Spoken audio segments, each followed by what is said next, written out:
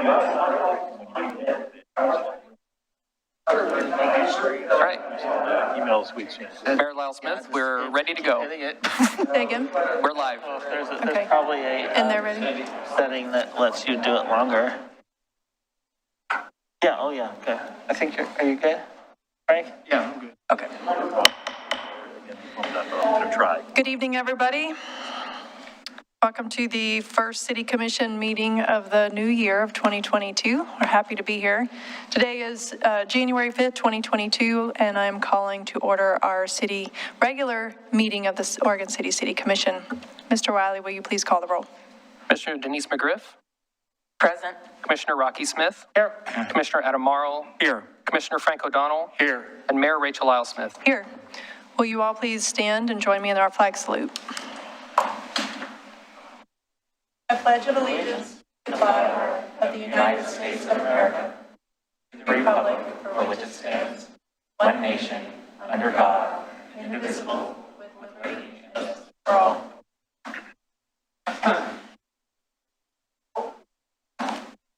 All right. So we have a number of ceremonies and proclamations we're going to start out with this evening. So the first one is actually mayoral appointments to city boards and committees, and we have a few people that I am appointing to a variety of boards and commissions. And I would like to thank everybody who participated in the application process and the interview process. We did interviews for these committees right up to the Christmas holiday, and asking people to take time out of their evenings, literally the week of Christmas, to do some interviews. And so I really appreciate everybody and giving of their time as part of the interview process. And thanks also to commission members who assisted me and provided input, and of course staff. We wouldn't be doing this and operating, being able to function with these committees without our city staff, and they do a wonderful job of supporting us and providing feedback. So with that, we have a couple of oaths of office which we will do for Planning Commission and Historic Review Board. But before we do those, I'm going to read through the appointments. I'm not going to read the terms. I just want to acknowledge the names of the people that are being appointed to represent the citizens, businesses, and residents of Oregon City on these various committees. So for Planning Commission, we have Bob LaSalle, Dick Schlagenhofer, and Greg Stoll. Oh, Dirk. I'm sorry, Dirk. I said Dick, but it's Dirk. Dirk Schlagenhofer. Historic Review Board is Jessica Belknap, and Library Board is Larry Osborne and Nick Dirkman. Parks and Recreation Advisory Committee is Joseph. He prefers to go by Joey Knopf, Steve Williams, and Ken Worcester. The Transportation Advisory Committee, we have Ray Atkinson, Henry McEnroth, Bruce Fries, Miles Tatch. And for the Budget Committee, we have William Gifford. And my understanding is we still have a few vacancies. So if you are interested in serving on a committee, check out our website or reach out to our city recorder's office. We love to have citizen participation on our committees. But we have two committees, as I mentioned, that are quasi-judicial, and their decisions carry weight in our community, and the requirements of these committees is at a higher level. And by these two, I mean the Planning Commission and Historic Review Board. So I'll start with Historic Review Board because I see that Jessica is on Zoom. And we only have one Historic Review Board oath to do, so I can stay here and do it from my seat. Is Jessica available? I see her. Yes, I'm here. I can also turn on my video if you prefer. Is there any way to turn her up a little bit? Can you hear me better now? Yes. There, I just moved a lot closer to the computer. Okay. We haven't ever done many of these virtually. Are there any? First. Yeah. I tried to do some. Yeah, we've tried doing this before in the past, so hopefully we can make this work. Has she been given the oath in advance? Does she know what I'm about to ask her to read? No. No, okay, well, this is gonna be fun then. Yeah.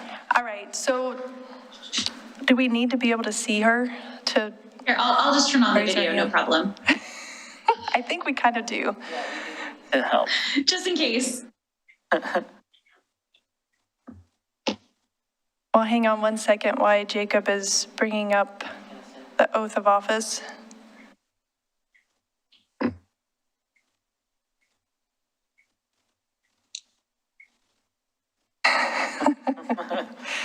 Can you see that screen, Jessica? Okay. I can, thank All you. right, I think we've got everything ready for a virtual oath. So if you can raise your right hand and repeat after me. I'll just read the one on the screen too. I, Jessica Belknap, I, Jessica Belknap, do solemnly swear and affirm do solemnly swear and affirm that I support the Constitution of the United States and the laws of the state of Oregon, that I support the Constitution of the United States and the laws of the state of Oregon, along with the Oregon City Municipal Charter and Code, along with the Oregon City Municipal Charter and Code. will respect and support the Historic Review Board bylaws, I will respect and support the Historic Review Board bylaws, policies, operations, and decisions. policies, operations, and decisions. I recognize that a board member has no legal authority as an individual I recognize that a board member has no legal authority as an individual, and that decisions can be made only by a majority vote at a public Historic Review Board meeting. oh no, it scrolled.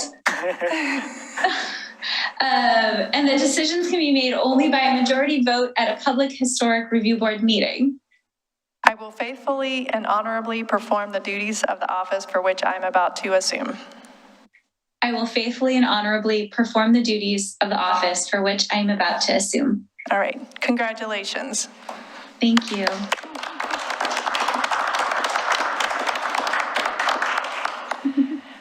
Would you like to say anything else while you're on Zoom before we turn you off? No, thank you. I look forward to it. All right, so Jessica is in our McLaughlin Neighborhood Association and represents that position on Historic Review Board, so we're really happy to have you join the HRB. Thank you. Have a Thank great you. meeting, all. All right, and now we will move to Planning Commission. And for those, we actually have people in the room, and so I'm going to move around.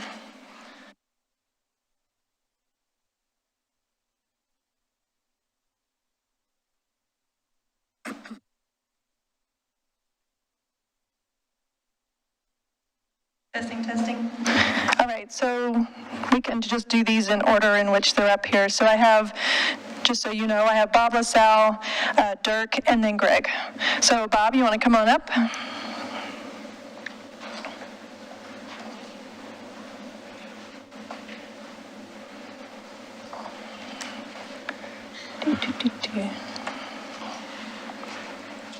Just use this one.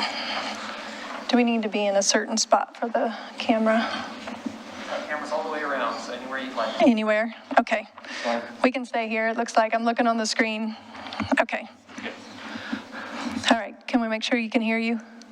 Yeah, well, it's a little closer here. There you go. All right.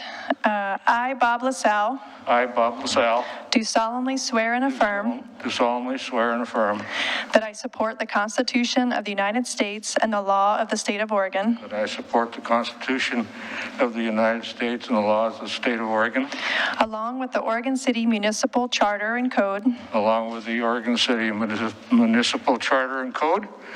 I will respect and support the Planning Commission, bylaws, policies, operations, and decisions. I will Respect and support. respect and support the Planning Commission bylaws, Policies, operations, and decisions. policies, operations, and decisions. I recognize that a commission member has no legal authority as an individual I recognize that a commission member has no legal authority as an individual, as an individual, and that decisions can be made only by a majority vote and decisions can be made only by a majority vote at a public planning commission meeting. at a public planning commission meeting. I will faithfully and honorably perform the duties of the office for which I am about to assume. I will faithfully and honorably perform the duties of the position of which I am to assume. Perfect. Congratulations. Thank you. Okay, so now.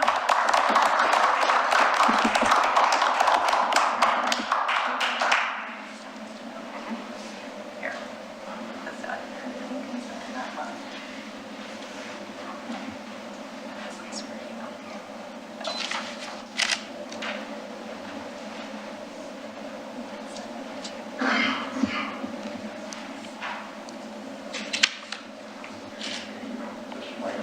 Can you sign that one too? No, that one's yours.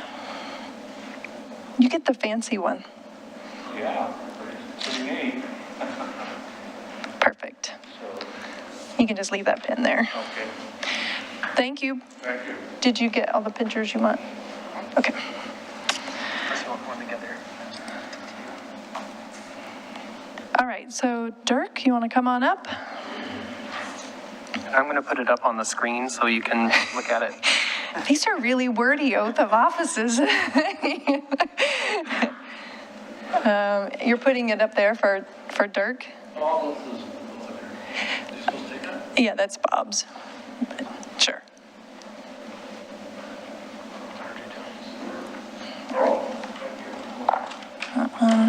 That one, this one, this one. Read off the screen? Yes. Okay. We've made poor Bob try to do it without having it all in front of him. I know, I feel bad doing it the easy way now. All right. I, Dirk Schlagenhofer, Oh, my right hand? yeah, I, Dirk Schlagenhofer, do solemnly swear and affirm do solemnly swear and affirm that I will support the Constitution of the United States and laws of the state of Oregon, that I will support the Constitution of the United States and laws of the state of Oregon, along with the Oregon City Municipal Charter and Code. along with the Oregon City Municipal Charter and Code. I will respect and support the Planning Commission bylaws, policies, operations, and decisions. I will respect and support the Planning Commission bylaws, policies, operations, and decisions. I recognize that a commission member has no legal authority as an individual, I recognize that a commission member has no legal authority as an individual, and that decisions can be made only by a majority vote at a Planning Commission meeting. and that decisions can be made only by a majority vote at a Planning Commission meeting. I will faithfully and honorably perform the duties of the office for which I am about to assume.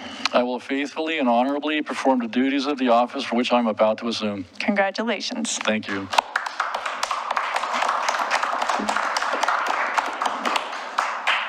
You can sign both of those. Sign both? This one's for you. That one's for me. This one's for you. Bob, we put you through the ringer right on day one, making you, not giving you a script to read. Okay, I'm working. Thanks. All right. And last but not least, we have Greg Stoll. It's Greg's.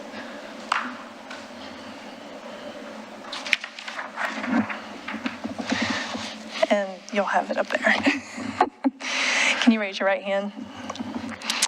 I, Greg Stoll, I, Greg Stoll, do solemnly swear and affirm do solemnly swear and affirm that I support the Constitution of the United States and laws of the state of Oregon, that I support the Constitution of the United States and laws of the state of Oregon, along with the Oregon City Municipal Charter and Code.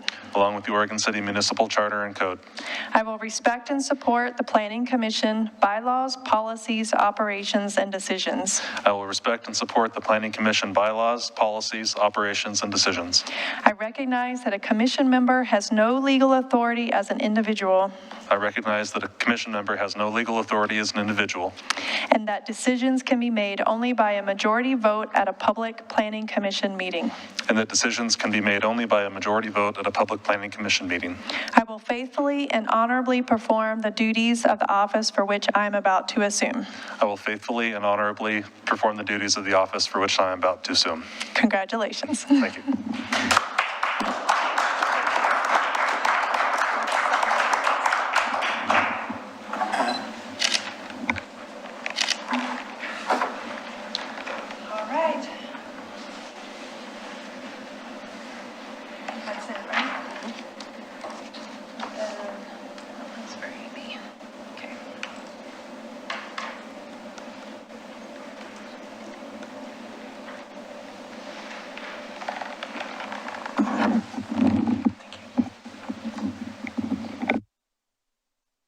right, so the next item on the agenda is the election and oath of office for Commission President for 2022.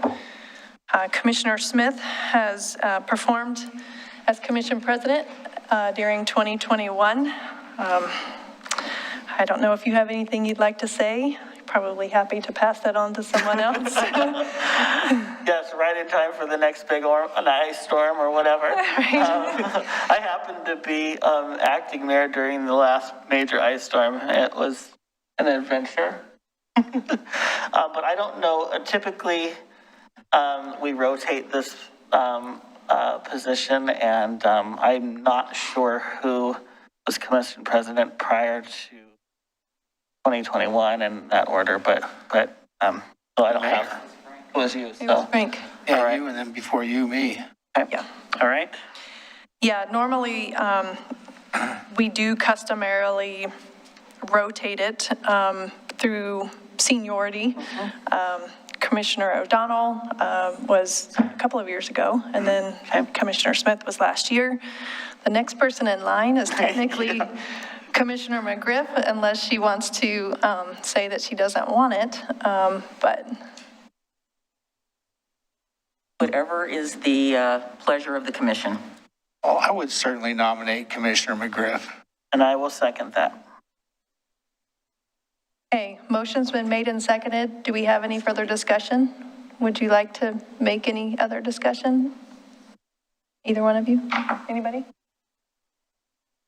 I guess not. So with that, lost your chance. Mr. Wiley, would you please call the roll? Commissioner Denise McGriff, Aye. Commissioner Rocky Smith, Aye. Commissioner Adam Mayoral, Aye. Commissioner Frank O'Donnell, Aye. Mayor Rachel Lyle Smith. Aye. Motion passes. All right. So with that, our new commission president, Commissioner McGriff, needs to take her oath of office, and our municipal judge, Ms. Lindgren, is here to assist. About as fair play, isn't it, Judge Lindgren? It sure is. I'll break it up in small bits for you. Well, it's somewhere I can just read it.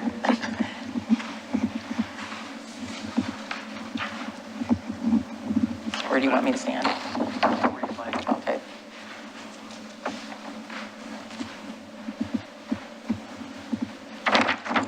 And since I'm left-handed, Please repeat after me.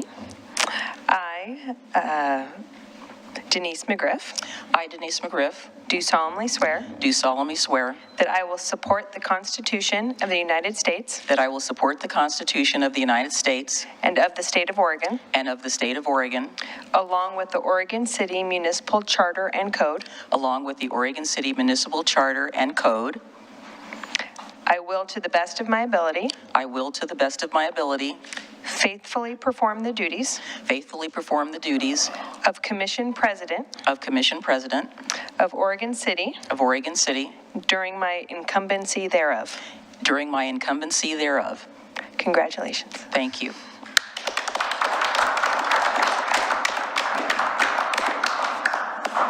I have to sign anything? Yes. Yes.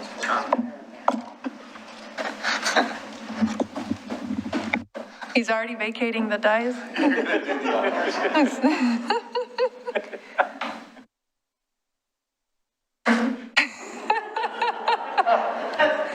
We're going to switch seats next week, I think, right? Yes, yes. I'm staying where I am. You are staying where I think you have to be right there.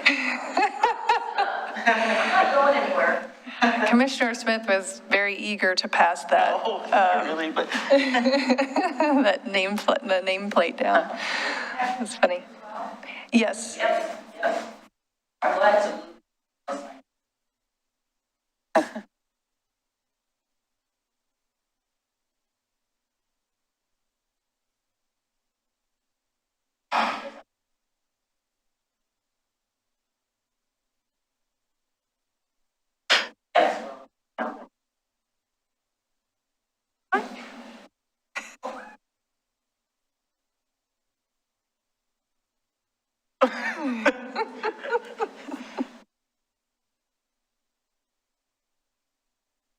a Be writing a novel down there.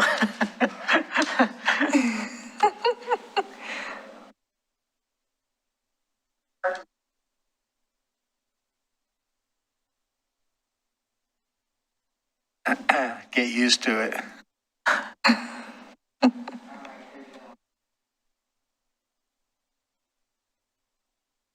Commissioner McGriff, I plan to be out at least one meeting every month for the last year. Starting tomorrow. Starting tomorrow. I'm totally joking. Starting the balance of this meeting. And I'll start right now. You can take over now. All right, I think we're done. Clearly, we're having lots of fun with that. So thank you all for being with us tonight. And thank you, Judge Lindgren. So congratulations, and we're really excited. I'm really excited to have the folks that we had interview and the appointments to the Planning Commission and HRB and all of the other committees. We got some great applicants, and so it's exciting. All right, I think we're done with ceremonies and proclamations. I don't have any citizen comments for this section. Everybody's signed up for agenda items. So last chance for public comment for anything that's not on the agenda. Okay. All right, in that case, we're going to move on. We don't have any presentations. We have the adoption of the agenda with the consideration of the consent agenda. Would anybody like to pull anything? No. Okay, do I have a motion? I'd like to move that we adopt the consent agenda as submitted. Second. Okay, motion's been made and seconded. Mr. Wiley? Commissioner Denise McGriff. Aye. Commissioner Rocky Smith. Aye. Commissioner Adam Mayoral. Aye. Commissioner Frank O'Donnell. Aye. And Mayor Rachel Lyle Smith. Aye. Motion passes. All right, we're going to move on in the agenda. This is probably where it will start slowing down. Our public meetings, we do have a public meeting tonight. This is the second reading of Ordinance 21-1016, which is the adoption of Park Place Urbanization Plan as an amendment to the Transportation System Plan. Ms. Hurd-Ravitch, do you have any comments for us tonight? I'm sorry, can you hear me? There we go. Just a very brief introduction. The Park Place Urbanization Plan amends the Oregon City Transportation System Plan to add an ancillary plan for pedestrian, bicycle, and vehicular access within the Park Place neighborhood. And it adds clarity for street design within the project area as well as the sidewalk prioritization plan. Can you make sure you put the mic closer? Yeah, sorry. I have to project. The plan will be adopted legislatively through this ordinance, and there was a robust community engagement process. The first reading of the ordinance was completed on December 15th. After that, a number of proofreading edits were made to the between the first and second readings, and none of the changes were substantive. So the final proofread version is included in your agenda packet. And that is my presentation on All right. that item. All right, so at this time, I'm going to open the public hearing. This is a legislative hearing. Do we have any, I don't believe we have any public testimony. Anybody would like to give public testimony on this item? All right, so with that, I'm going to close the public hearing.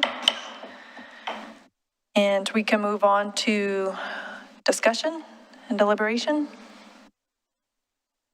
Probably none, as this is the second reading and we've been over this 2 or 3 times. All right, so with that, do we have a motion? I'll move the adoption of ordinance number 21-1016, the second reading of the adoption of the Park Place Urbanization Plan as amendment to the Transportation System Plan, LEG 21-00003. Second. Motion's been made and seconded. Mr. Wiley, will you please call the roll? Just a minute while we Oh, wait a do minute, the reading. Mr. Kabizman. Ordinance number 21-1016, an ordinance of the City of Oregon City amending Oregon City Transportation System Plan by adopting the Park Place Plan Urbanization Plan as an ancillary document. Now, Mr. Wiley. Commissioner Denise McGriff. Aye. Commissioner Rocky Smith. Aye. Commissioner Adam Mayoral. Aye. Commissioner Frank O'Donnell. Abstain. And Mayor Rachel Lyle Smith. Aye. Motion passes.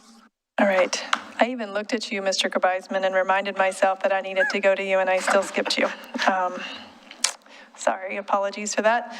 All right, we're going to move on to general business. Mayoral L. Smith, before you move on, just one more thank you to the staff for all the work on this particular project. Wasn't easy, and appreciate the outreach to the Park Place neighborhood. Also want to thank publicly Josh Wheeler, who did the lion's share of work on this project, and for the guidance from Public Works Director, Mr. Lewis. And go forth and help make Park Place work when we get to those little projects, because it'll make a lot of difference, I believe. All right. Any other further comment on the Park Place? All right, so moving on to general business, we have item 9A. This is House Bill 2006, Shelter Siting Application Criteria Selection. I assume it's Ms. Aquila? Yes, and thank you. Jacob's pulling up the presentation. So I do have a brief presentation for you tonight. And the purpose of tonight's discussion is really to review criteria that go along with the application for a shelter siting. And the application is meant to meet state legislation. And so this was drafted and presented in November. At the end of your discussion, we would like to get direction on where the commission would like to go with this next. Oh, thank you. Okay.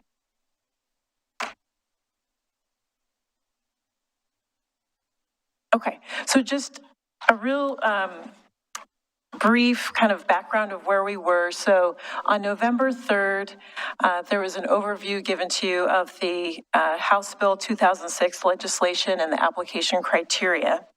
And staff presented this during communications, along with the background of the House Bill, they discussed the legislation and the application criteria, along with a draft application that was part of your packet that night that gave you a chance to review it. And during that discussion, the commission expressed some concerns that the application didn't adequately address public and neighborhood safety and livability impacts. So staff and the city attorney's office went back and discussed some of those concerns and really just tried to brainstorm some potential options that we could apply to the application. And I just want to note at this point that there are some legal risks that come with some of the options because the application is really based on a state law that went into effect last May. Okay, so real brief. I don't want to spend a lot of time going into the background of HB 2006 because I think you probably know it, but for folks who are new to it, House Bill 2006 was adopted last May in 2021. And the intention is to make it easier to locate emergency shelters in new and existing buildings. Essentially, it makes locating shelters easier by waiving land use review. And it requires cities to approve any application that meets the criteria that's in that legislation. So the draft application that was presented in November and that we're currently working on has criteria that meet this legislation's requirements. And so those are that the shelter has to be within proximity, in a location that's within proximity of a bus stop with daily service, commercial and medical services nearby, and transportation to commercial and medical services if there isn't a bus stop. It has to be actively served by public safety and city utilities. There needs to be health and safety protocols related to COVID-19 and other public health concerns, and a shelter code of conduct or screening for the clients. Additionally, one of the original criteria was that a 24-hour phone number be listed, put in view for clients to access services. And one of the additions that we've put into the application is a phone number that's accessible to the public so that the public could call and reach an operator, the operator of the facility at any time. So the additional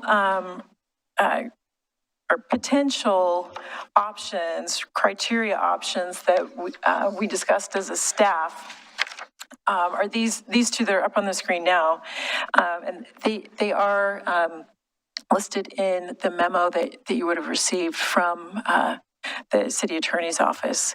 So one of the options is to limit the shelter capacity to a proportionate share of Oregon City's population that matches a percentage of homeless individuals in the state. So I feel like that's a little bit of a mouthful, but essentially trying to kind of limit the capacity based on the city's population and the homeless individuals within the population, our population.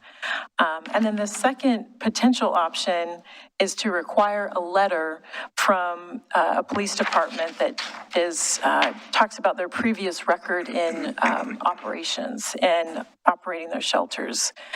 This one might get a little tricky because governments in general are allowed to, per the legislation, to have a shelter.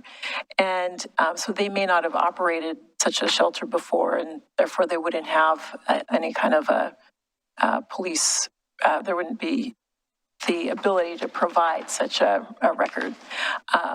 The other types of operations that are allowed to locate have to have 2 years of previous experience. So there could be a potential to understand what the impacts to neighborhoods have been before based on any police reports.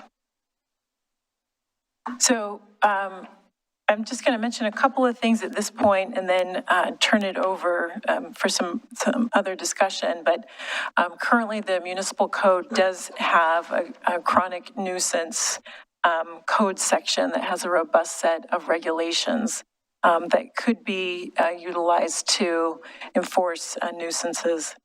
And then the other thing that I'll mention is that these new application criteria do carry legal a risk of legal challenge to them. So at this point, I wanted to let the city manager and our city attorney kind of address those two particular issues. Thank you. So as it relates to one of the options that we looked at was in the Oregon City Municipal Code, there's a currently 8.32 section that deals with nuisance property. At our last meeting, the commission was looking for ideas. And so this is one that exists in the code. I think that from staff's viewpoint, we question how applicable it should be used. This is a last resort tool for the city that is seldomly used. Our goal is to get compliance and improvements through cooperation and communication. An example would be a drug house.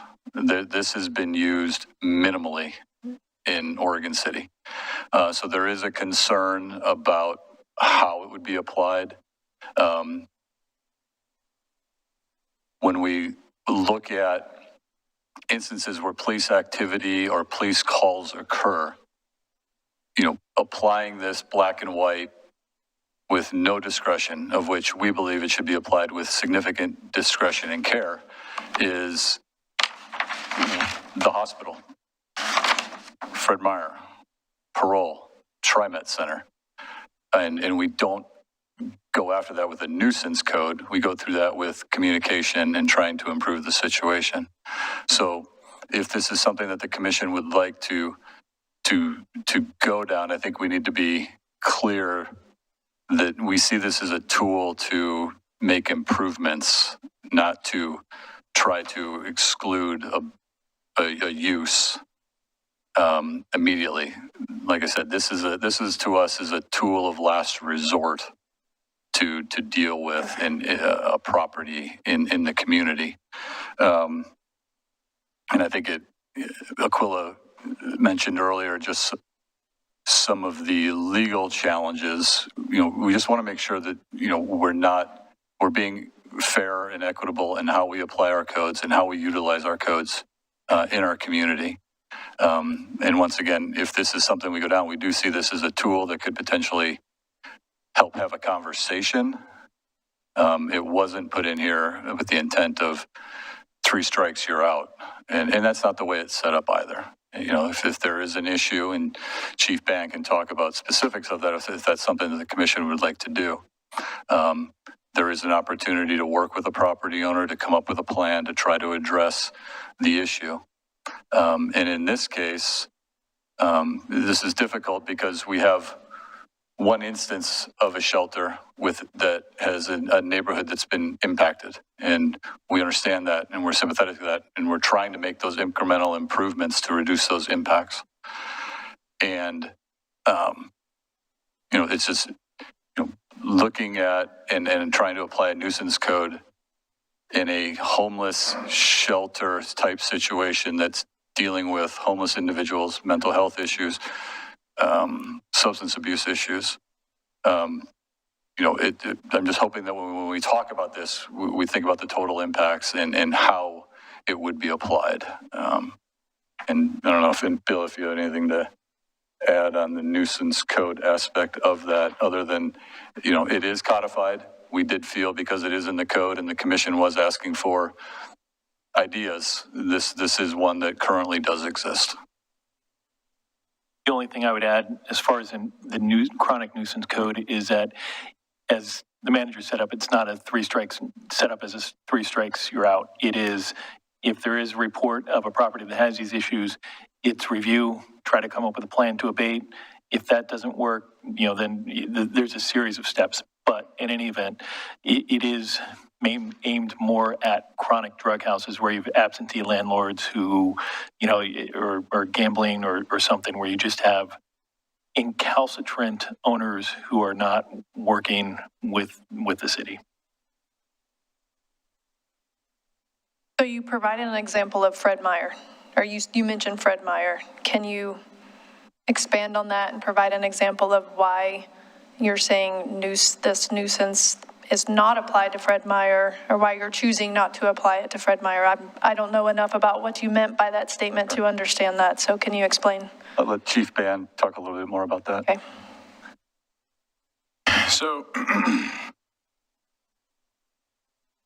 the loosest avenue, you look at this nuisance property, well, speak to the history. In the time that I've worked here, generally, the way that this gets at a drug house where people are using and or selling drugs a lot, and there's generally, we just waive this thing at a property owner.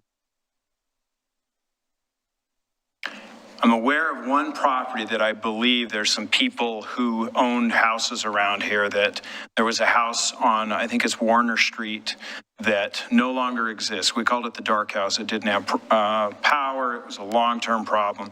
And I believe that we eventually had a judge rule that had to come down. That is the only time that I'm aware of. I could be wrong, but that is one of the times that I know that we've used this.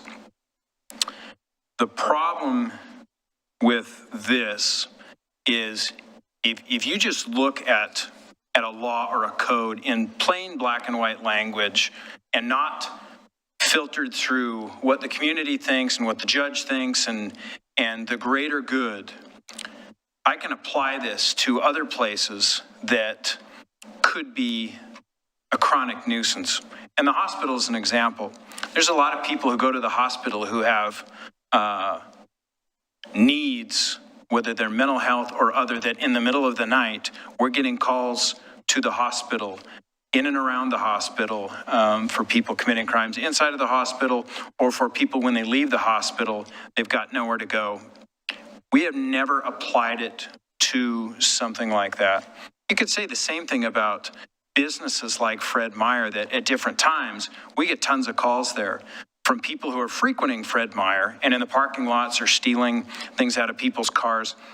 If you go just simply by the letter of this, you could articulate something, but it doesn't, we've never really used it that way. I think the challenge with this, I'm extremely uncomfortable. My name is on here. The chief is the one who's supposed to gather this and would have to prepare a document and go to court.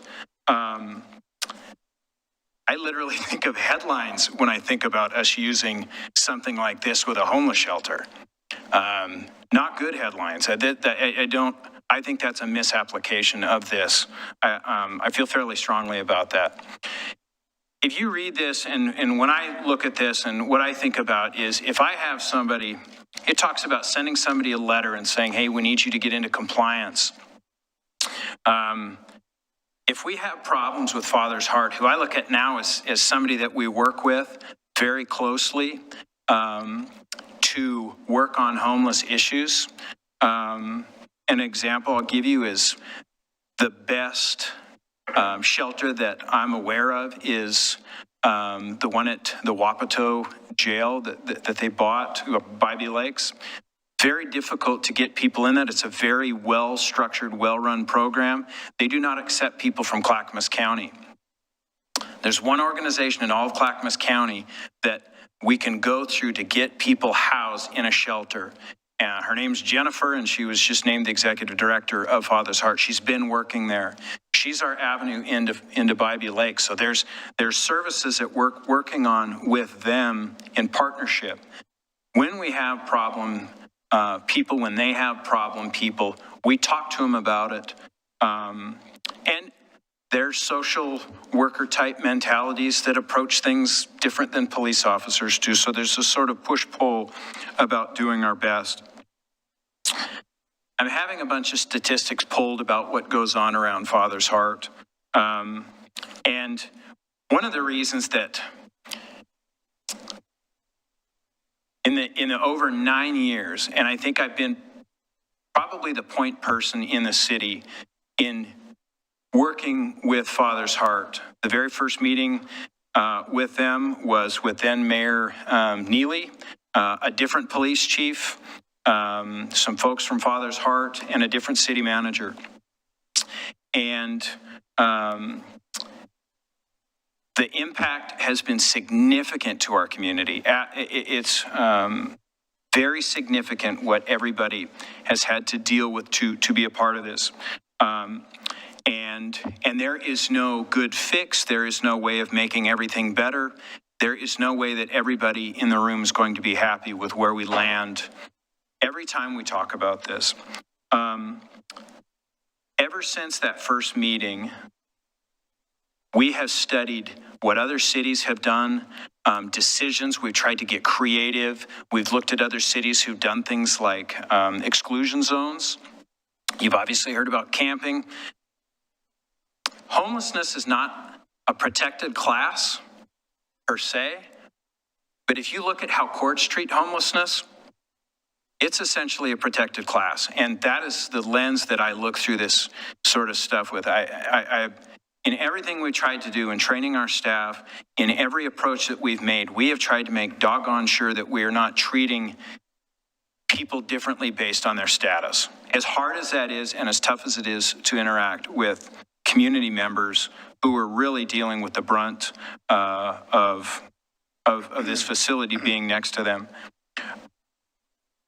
The challenge I sort of have is when we talk to Father's Heart and when we talk about them being accountable to the people, accountable for the actions of the people who are going there. There are people who have significant mental illness, and a lot of the calls that we get around the area are people with significant mental illness who are going to Father's Heart to get a shower, to get some food. It's an opportunity for those folks to interact with them in an effort to get people housed. I don't know how I say to Father's Heart, the schizophrenic people who come to you for help, we need you to somehow change their behavior when they're going to and from Father's Heart. I don't know how I say that to them with a straight face. Now, people who are committing crimes who do not have mental illness, we have a really good track record with them. And if you look at what this says about 3 times, if you have one of the elements is a person can inside of 30 days commit 3 of these things in succession. Generally, if we have one person doing it, we're working together. And if it's a criminal problem, we take care of it that way. But the vast majority of our issues aren't criminal issues. It's the mental health issues. And those are the things that I don't know what to do with. We're doing the things that we can do and trying to find more creative ways to do that. But I don't know how I go to Father's Heart with this document and say, people have significant mental illness who are scaring citizens. They make people uncomfortable where they're at. That's a lot of our calls, and they're completely justified in feeling that way. I live in this community. I do not live close to Father's Heart. But how do I, with a straight face, hold Father's Heart accountable for those actions to the degree that I, as the chief, am going to write a letter to a judge and say they're not. I think it's a square peg in a round hole, or however you'd say that. Okay. Is there anything else from staff on this item? No. Not at this time. I'm just happy to answer any questions or help with the conversation. Okay.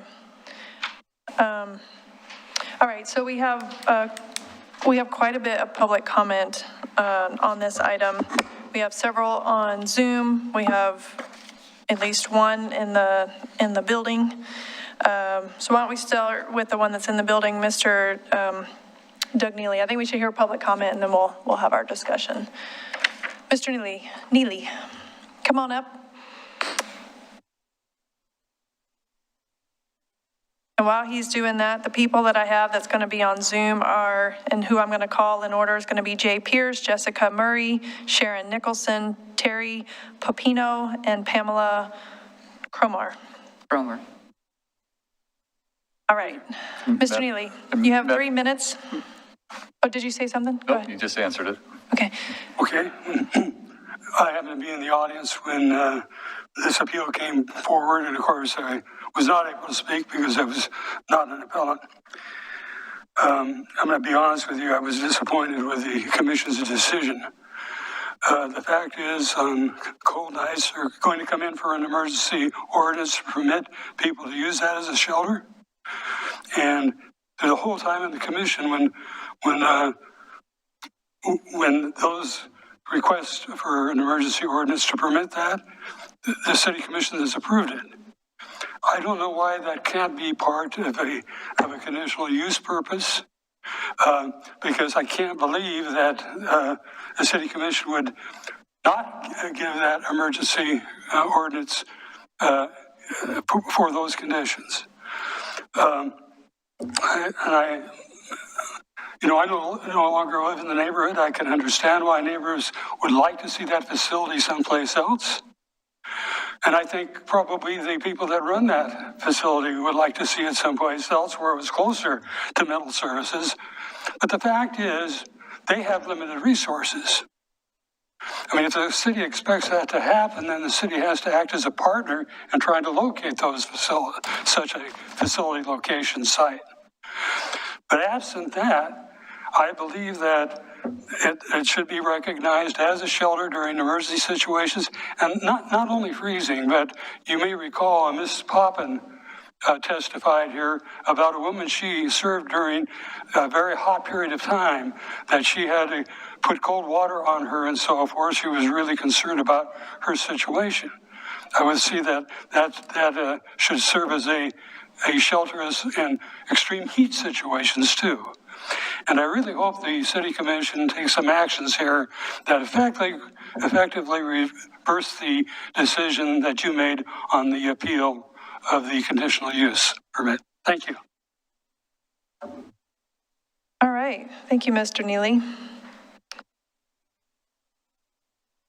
So I just want to be clear. We're not at all talking about the land use application, the appeal that happened that we discussed. This is regarding House Bill 2006. And this does not also talk about the warming shelter emergency provision that will be back on our plate in a couple of weeks. So I know there's a lot of moving pieces and it's hard to keep up with all of these, but I'll circle back on my question on House Bill 2006. So our next person is, do we have Jay Pierce? Looks like we have Jay. I think he's on Zoom. Can you hear me? Yes. Yep. Am I giving feedback? You may have to speak up just a little bit more. Am I causing feedback on the system? Nope. No. No. Okay.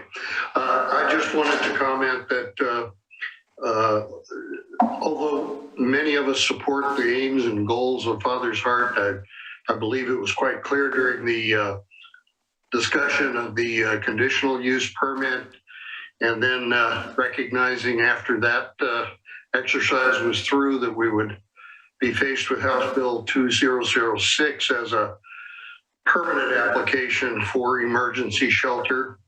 I would strongly urge the inclusion of the provisions in the application that require a review of the nuisance aspect and the public health and safety aspect of the application, which in our view oversteps the bounds, and as has been made comment by several people, oversteps the capabilities and capacities of Father's Heart to manage. The mental health aspect of this is something that we've been through many times in our review of the situation as a neighborhood. I am one of the people that live in the neighborhood, and I strongly urge the commission to put a strong emphasis in the application that nuisance and conduct of the clients will be considered in any kind of granting of their emergency shelter application. I do not believe they should be granted. I do believe they're needed. I do believe there will be a lot of churches that will come forth under this provision, under this House bill, that will be able to finally apply for temporary shelter for their facilities. But I do not believe that Father's Heart has managed what they've already done well. We already have a litany of problems just with the daytime use of this facility. I just do not believe we should be extending it to nighttime work. There will be others here who will comment, as well as I, on these midnight screaming that goes on 1 out of every 2 or 3 nights that emergency shelter is open over there. And we understand Father's Heart can't and won't be able to manage the behavior of their clients, and they do exclude a lot of those people from the facility. Some are more dangerous than others. Some may not be dangerous at all, but they certainly disrupt the community and the surrounding neighborhood. And I would urge strongly worded application criteria that require a review of their chronic nuisance status. Thank you. Mr. Pierce, before you go, can you state your city of residence for the record? Oregon City. Thank you. All right, thank you, Mr. Pierce. All right, the next one we have is Jessica Murray. Will you please, hello. Hi, will you state your name and the city of residence for the record, and you'll have 3 minutes? Absolutely. My name is Jessica Murray, and I live at 612 12th Street in Oregon City. I live about 70 feet directly across the street from the Father's Heart. I understand we're not talking about past permits and things, and that this was something we were definitely going to discuss with the House bill. I do appreciate that the Father's Heart has put in some new procedures. They've hired some new people and are dealing with things when they're open, when we can do it. But it is a chronic nuisance. And unlike Fred Meyer or the hospital, they are not 70 feet from the front door of residencies.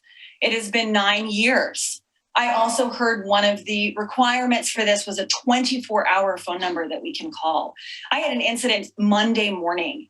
The night shelter was actually not open that night. It was one night in between where they weren't open. A man came at 4:30 in the morning and was screaming and banging on the door, yelling, and woke up my whole family. We didn't call police then. We probably should have. And then again, he went away. And he came right back screaming. I did not feel safe going to my car. I called Robin and she didn't answer. No one responded. I called the building because it's not just when they're open for night or for day, it's those in-betweens. And I realize that the Father's heart cannot completely control everyone that comes to see them.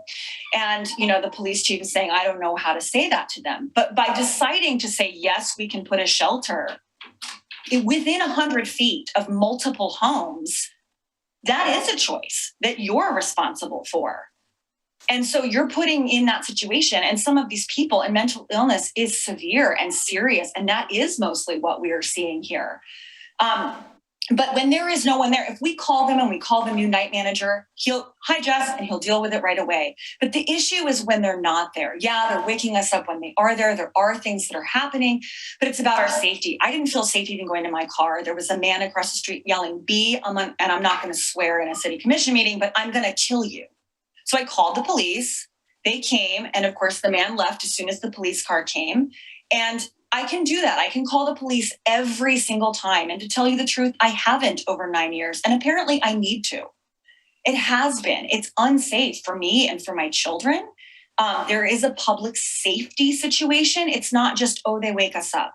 Homelessness is a very serious situation. There should be a warming shelter. It needs to happen. But it can happen somewhere else that's not right in the middle of a neighborhood where we have been feeling the impact. And I appreciate that the attorney and the police chief say we're sympathetic. And I get that you have to do things to the letter of the law. But I do think that there is a history of nuisance. I appreciate the Father's heart. I appreciate the conversations we're starting. I'm also a steering committee member of the McLaughlin Neighborhood Association. We're working on a good neighbor agreement. All of those things matter. But no matter what we do and put into place, having it in this space is a concern for public safety, for my safety, and it is a chronic nuisance. And no matter how much the Father's heart does, it's still going to be a problem within 200 feet of residences. That's not Fred Meyer or the hospital or this other shelter that people mentioned. And can we work together, and can the city be responsible for helping find a place where the Father's heart can operate this, which is life-saving and needed, where we're not then having to put those needs over the safety of the residents that live here. All right. Thank you. I really appreciate your time. Thank you, Jessica. All right. Our next person is Sharon Nicholson. Can you state your name and the city of residence for the record? And you'll have 3 minutes. Sorry, my name is Sharon Nicholson. I live on the corner of 12th and Washington in Oregon City.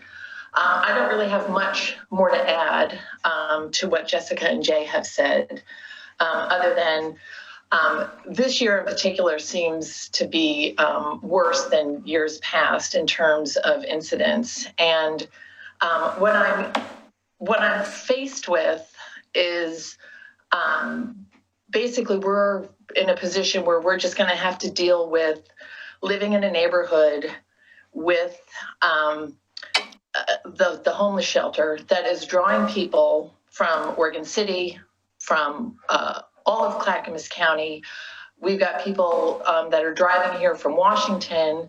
So the message that I'm hearing from the individuals that spoke at the top of the meeting is that, we all have to kind of deal with this homelessness crisis, and nobody really wants a shelter in their neighborhood, but it's there. If there's no act to make the application more strict, then it seems like the shelter will just be cemented in our neighborhood.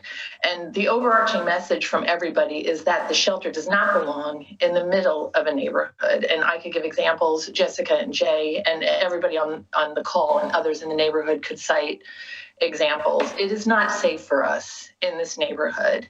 So the options that we're faced with are, deal with it or move.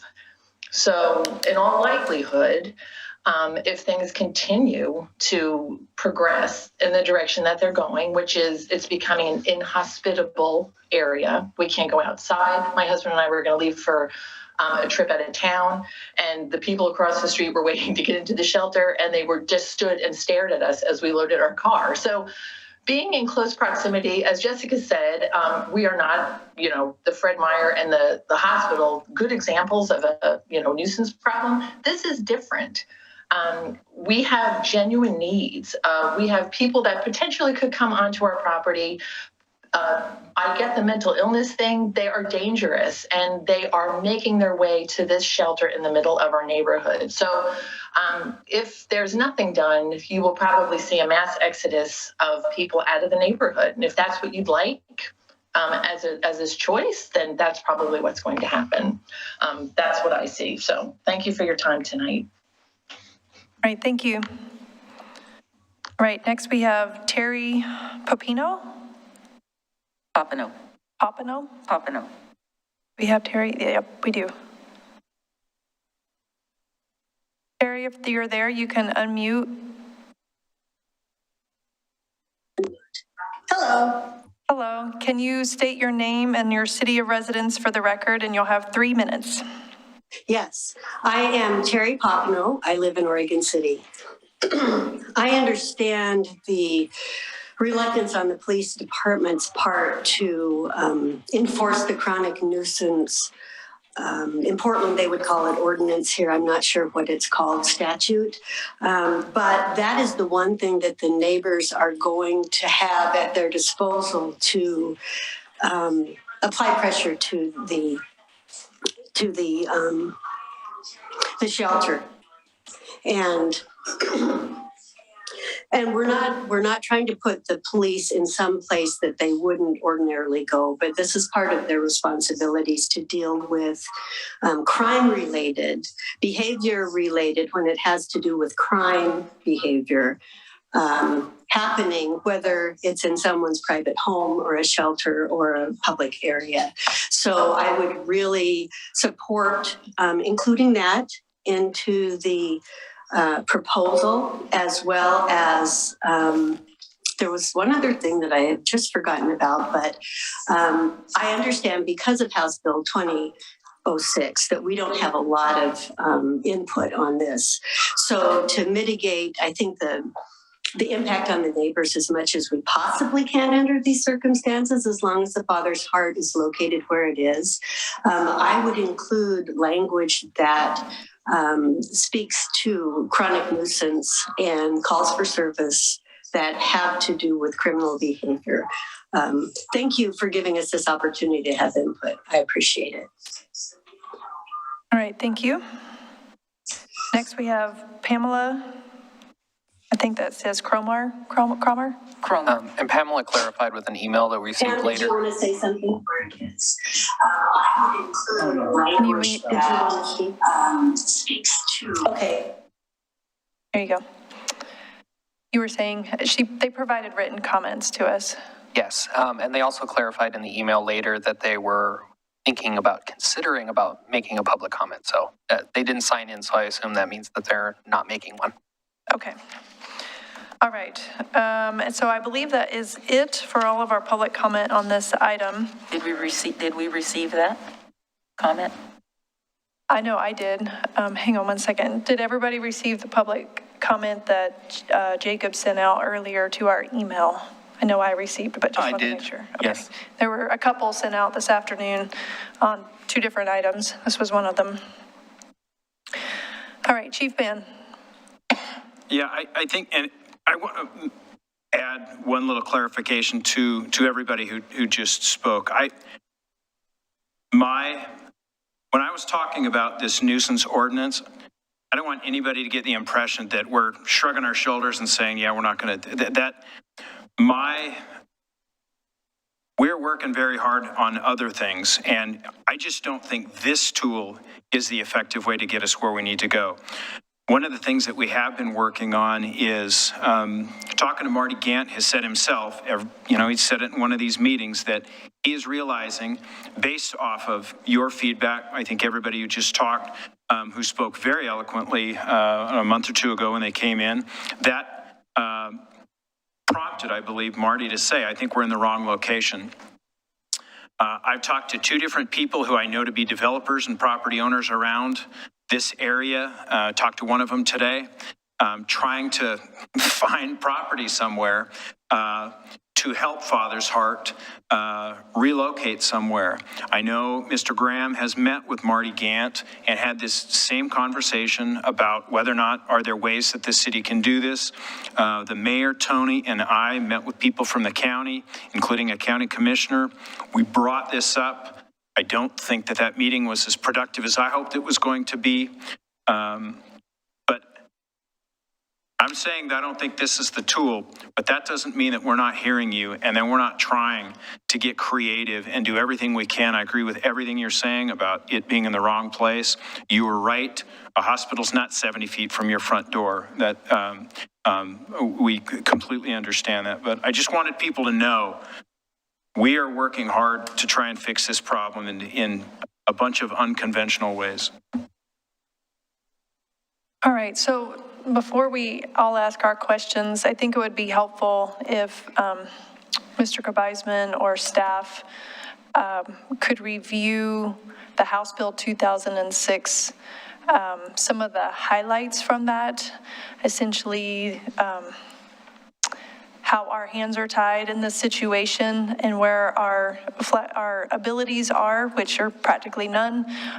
And can you address the permanent versus temporary shelter piece? If this is a permanent shelter even after the bill sunsets, let's be clear, because we've talked about emergency shelters, we've talked about temporary things, so I would like to just cover it really quickly because I think we have a bunch of people listening, and I want everybody to understand also how much we are very unhappy and how much our hands are tied with this. Thank you, Mayor, and I think that probably is the key message that comes out of House Bill 2006 from the legislature. They intended to tie your hands in every other city in the state, that they have decided, looked at the homeless situation, decided that one of the issues has been providing adequate shelter, and that, not pointing at any city, but saying, we want to make it easier to site shelters throughout the state. And so what they did, and I'll just read from the bill that says, a local government shall approve an application for the development or use of land for an emergency shelter, notwithstanding ORS Chapter 195, 197, 197A, 215, or 227, or any statewide plan, rule of the Land Use Conservation and Development Commission, or local land use regulations, zoning ordinances, regional framework plan, functional plan, or comprehensive plan. They're basically saying, as far as land use, it just doesn't apply. They say the only thing that is required is that it's got to include sleeping and restroom facilities, comply with building codes, located inside an urban growth boundary, won't have a new building in an area subject to natural disasters and hazards, has adequate transportation access, and won't pose an unreasonable risk to public health and safety. And just to make clear, as we explained in the memorandum, the unreasonable risk to public health and safety, if you go back and look through the legislative history, they really were looking at residents or the people the shelter served, and not really focusing on the neighborhoods. Finally, the other thing that you indicated is, this is application is to provide, and I'm trying to find the language about temporary, but, here it is. Emergency shelter is defined as a building or cluster building that provides shelter on a temporary basis for individuals and families who lack permanent housing. The question is this a temporary shelter, as in it'll be there for 2 or 3 years and then it goes away when the bill sunsets? Or is it temporary in that it provides temporary shelter to residents and it may be there, for an extended period? And the way the bill is written and the legislative history indicates a second, that this bill is to allow the establishment of an emergency shelter that provides temporary shelter to residents, and so that it is an ongoing once it gets approved. The bill does have a sunset date of 2 years, and you either get in and get your approval in those 2 years, or you don't. But once you're approved, it's ongoing, and you provide temporary shelter with the idea that you hopefully get the residents and clients out of the shelter into permanent housing. But the temporariness relates to the amount of shelter. And, it is permanent, but certainly the hope is that at some point in the future, a lot of the homeless issues that we're seeing now will be resolved. I'm not certain how, but a lot of this is structural and is not something that the city can fix, but there is focus statewide and national, and the hope is that at some point we're all out of this. Okay. All right. Thank you, Mr. Gebeisman. I think that's really helpful. So yeah, just to be clear, we're not talking about an emergency shelter that's only opening for cold weather or warm weather. This is establishing a permanent shelter, essentially, in perpetuity. That is what it allows, but the applications may not be for that. And, it could be that an emergency shelter could say, we only want to operate during the winter months. That's where we want to do it. And I have to go back and look at, we have one application, not certain exactly what it is, but, the flexibility is there for them to make the decision as to whether or not they want to operate a cooling shelter or warming, or both, year-round, part of the year, whatever. Either way, it bypasses all land use requirements, and it would be allowed in perpetuity regardless of the bill's sunset date, which I believe it or not, I think is next year, or maybe even this year. We're in 2022 now, so I think it might even be this year. So, all right. I think we'll turn to commissioners for discussion and questions. I think the question from staff is they provided a draft application regarding House Bill 2006. They highlighted areas where they had made changes since the last time we saw this in November. So staff is looking for direction regarding this application and anything else. Commissioner Morrow. Thank you, Mayor. So a few months ago over the summer, Commissioner McGriff lent me her League of Oregon Cities quarterly magazine, and I was reading through the bills for city review, action, and awareness from the 2021 legislative session, and the first one listed is, unsurprisingly, HB 2006, and I want to read something that it says. So it says, effective May 12, 2021, HB 2006 requires local governments to approve an application for an emergency shelter regardless of state or local land use laws if the application meets specific approval criteria outlined in the bill. HB 2006 removes state requirements for mailed notice, public hearing, or solicitation of public comment on an application. And this is the part that got me. And there is no requirement for a city to make a decision within a particular period of time. Does that mean, in effect, that we can defer decisions on applications in perpetuity until the sunset of this bill?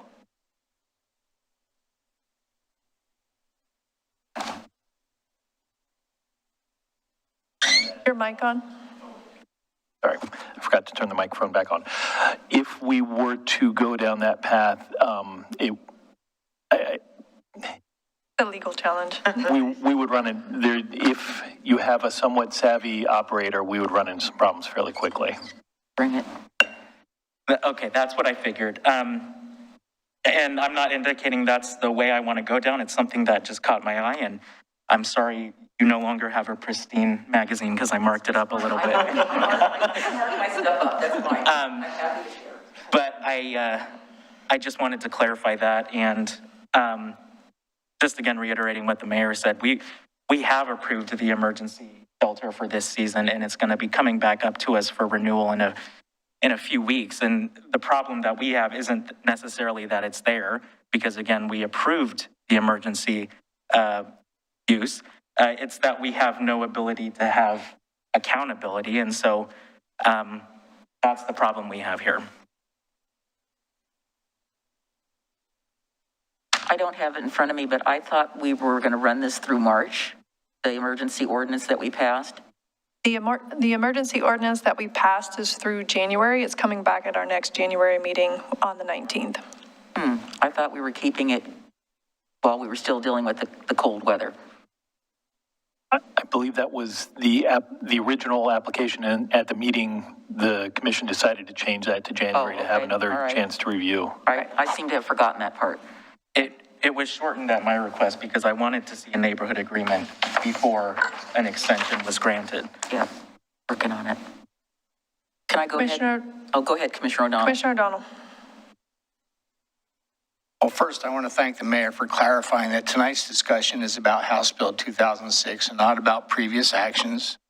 So let's leave those off the table. I also want to thank our citizen presenters for obviously stating my feeling that is can't draw a parallel between Fred Meyer and a hospital and an institution like Father's Heart. I just can't buy it.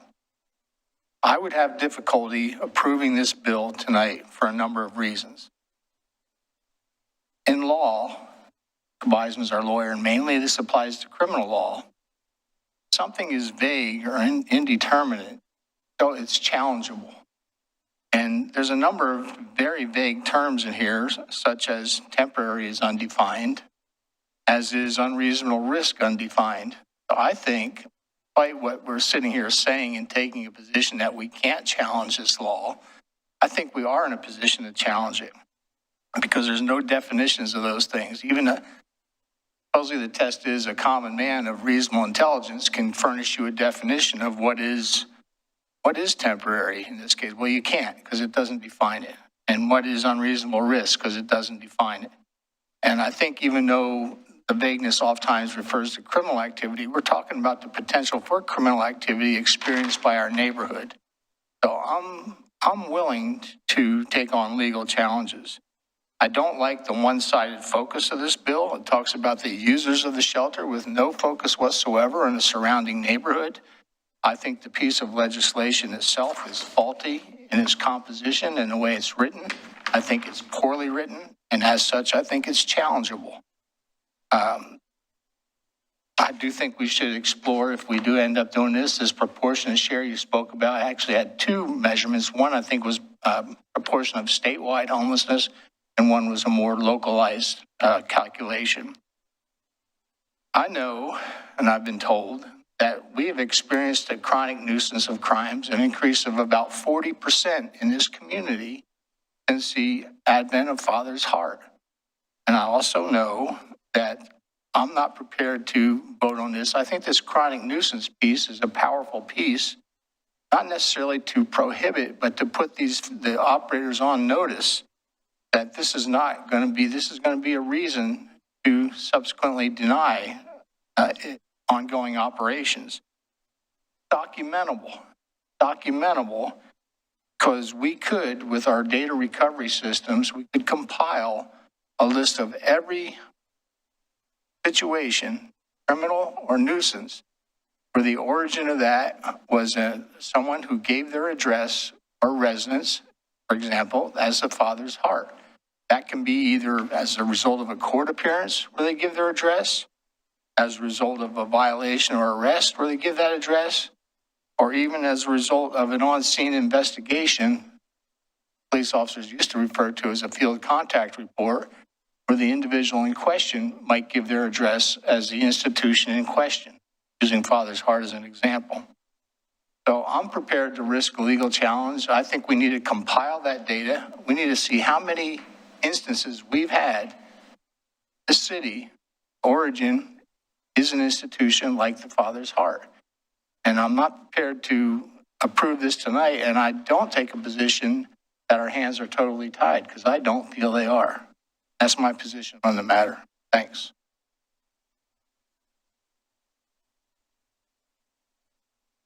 Commissioner McGriff, you wanted to go Yes, next? thank you. Well, fellow commissioners, obviously I'm in a unique position since I made a pledge after the hearing we had that I was going to be working diligently to try to do two things. Number one was get approval or get concurrence on a good neighbor agreement and work with the city and others to try to find a location that would be more suitable or Father's Heart to have wraparound services, but, you know, fill in the blank. Where I am having heartburn with regard to not just this request, but several other requests, is that we've got a situation, and again, let me back up a minute. So Mr. Kbaisman, you referred to residents and clients. I don't know if I would classify the people that are staying at Father's Heart as being residents, so I'm assuming you mean clients, or Yes. you know, temporary visitors, people who are seeking services. So that's a clarification. I had asked some questions of staff who very professionally answered them for me. A couple of things still are puzzling me. You know, we talk about chronic violations. So I'm not going to use Father's Heart as an example. So let's say we have a property in Oregon City that has become basically kind of a dump. I sat in on a court case here in this very room where we had a citizen in Oregon City that has a property that is in disreputable and bad condition. So that's chronic. You know, how long are we going to continue to work with them before we take action? And I think that's generally in terms of nuisances and other things that happen in Oregon City, that's frustration of the public. You know, how many violations is a violation? You know, how many times are we going to go back and say, you know, gee, clean this up, clean this up, clean this up, clean this up, and they, you know, years go on. I know Commissioner O'Donnell's faced this situation, so I'm using this generally. I don't know what chronic is. Is it one violation? Is it 3 strikes violation? Is it 10 violations? I think part of it is that in our desire to work with people and property owners who have these issues of violations or nuisances or whatever, in the public's mind, what I hear is that it takes too long, that things don't get moving and they don't get cleaned up or they don't get resolved within a reasonable amount of time. And I don't know if 9 years is a reasonable amount of time. The thing that I'm struggling with is how do we balance the needs of our residents who are also taxpayers, who are also voters, with their safety. We have people in the neighborhood, as we have heard, who are afraid to leave their houses. I mean, do we want to continue to have people feel like they're trapped in their homes, that they can't leave because they feel harassed or they feel threatened or whatever it is? I mean, I'm surprised some of these people don't have some syndromes of PTSD, but how do we balance that with the needs of the people who need the services of a facility? And I don't know where that is. That's where my struggle is between that. You know, public health, welfare, and safety to me applies to everyone, not just the people who are there, but the people who are here. And how do we balance that? That is, I don't know the answer to that question, because if we did, we'd be solving that right now. Tonight, as I was getting ready to come to this meeting, I went to take my trash out, and I'm getting to the point, and I know Commissioner O'Donnell is chortling. A woman came down the street with her belongings, screaming at the top of her lungs. She wasn't directing any of the comments to me. I don't even think she saw me, but I stopped at the edge of my driveway and observed, saw her pass. I could still hear her as she was going down the hill. That is becoming more and more of an ongoing experience in the neighborhood. I don't know exactly where she was going because I needed to get here and I didn't see where she was heading off to. So I'm just throwing this out to you to try to understand what the residents are going through and how do we mitigate that. I understand Commissioner Morrow is interested in postponing anything until we get a good neighbor agreement, and that is in process. I can't make any promises as to how soon that is going to get reviewed, but we're getting there. So those are just my comments.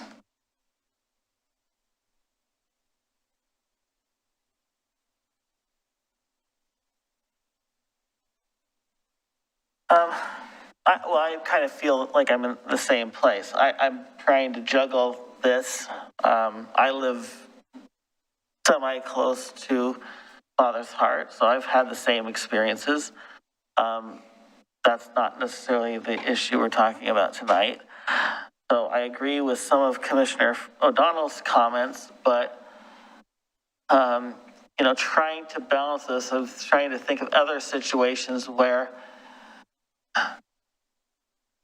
the state has told us to do something, and we've been up here frequently saying, you know, discussing home rule and Oregon City's ability to be able to make decisions without the state forcing us to. So I'm balancing that because I think this is another situation where we could, they're not giving us a choice. And so really the choice is we do it or we fight it.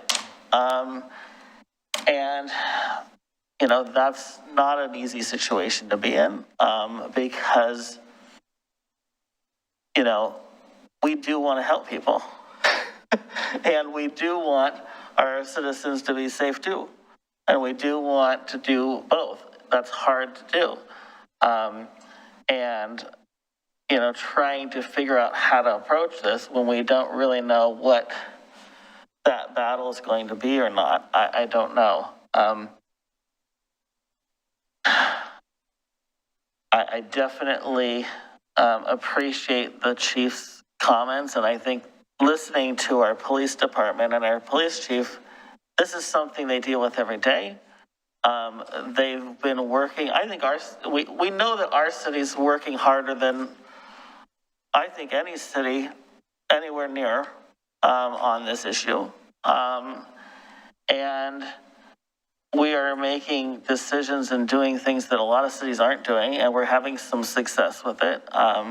It doesn't mean we're close to resolving anything, but our staff and our police department is working very hard, so it's hard not to listen to our police chief's input and not take that seriously. Because kind of have to. And I trust our police chief to know what he's talking about and honor that. So I'm struggling with this. I want to hear more conversation, but I think I would like to have, I guess, more conversation about this nuisance piece. And maybe that's the conversation. Yes, it has been applied this way in the past. We have that as leverage, and we have that as a possible solution. But what are the steps that we have in between before we actually get to that point that hopefully does address these issues? And I think maybe doing a little bit, having a more discussion about that and more of an understanding of how to do that might help us. I don't know what other information we would need to be able to make that decision, but right now, I feel like I want to know more about that, and maybe more specifically, what will we be challenged with? What are the issues with that? And if there's variables in there that how we can apply it or not, I don't know. I think that's maybe a starting point. I don't know if that means we have another meeting to discuss this a little bit deeper, but I don't mind going again. I'm of the persuasion that we defer on moving forward on this. I do it because I'd like an opinion based on those questions I presented on. Is this law challengeable on the basis of clarity and properly defined terms? I'd also like to, I think as a starting point, it wouldn't hurt us to gather the information of who has given that address as a source, when the person who is in question, whether it be for a civil or criminal event, has given that address as their domicile. How much does that represent the source of our ongoing criminal behavior? And I think we need to, if we start with that notice and we have that discussion with the operators and say, this is your starting point. This is intolerable as it exists, and this certainly can't accelerate from here. We start with an open discussion as to expectations. And we can come back and we can decide, is this bill challengeable? Do we want to challenge it? Or do we want to await a challenge from others, which is a distinct possibility? I'm not one to just throw up my hands and say the state has mandated this and we are at their mercy. I think it's again, everything I know about my limited exposure to the law is a poor piece of legislation. It's faultily written and definitions are non-existent. If you look up law, it says that's the reason to overturn laws like that. So if we want to gather information, I would postpone a decision and gather that information. I'm sure we need the direction of the commission to do that. All right, so I'd like to hear from the city as to, I would like to hear confirmation or not as to what the city's actions are based on this hearing tonight and the fact that we're saying we're not approving your application. Is the city taking that as direction of we don't currently have an application process and therefore we're not processing an application?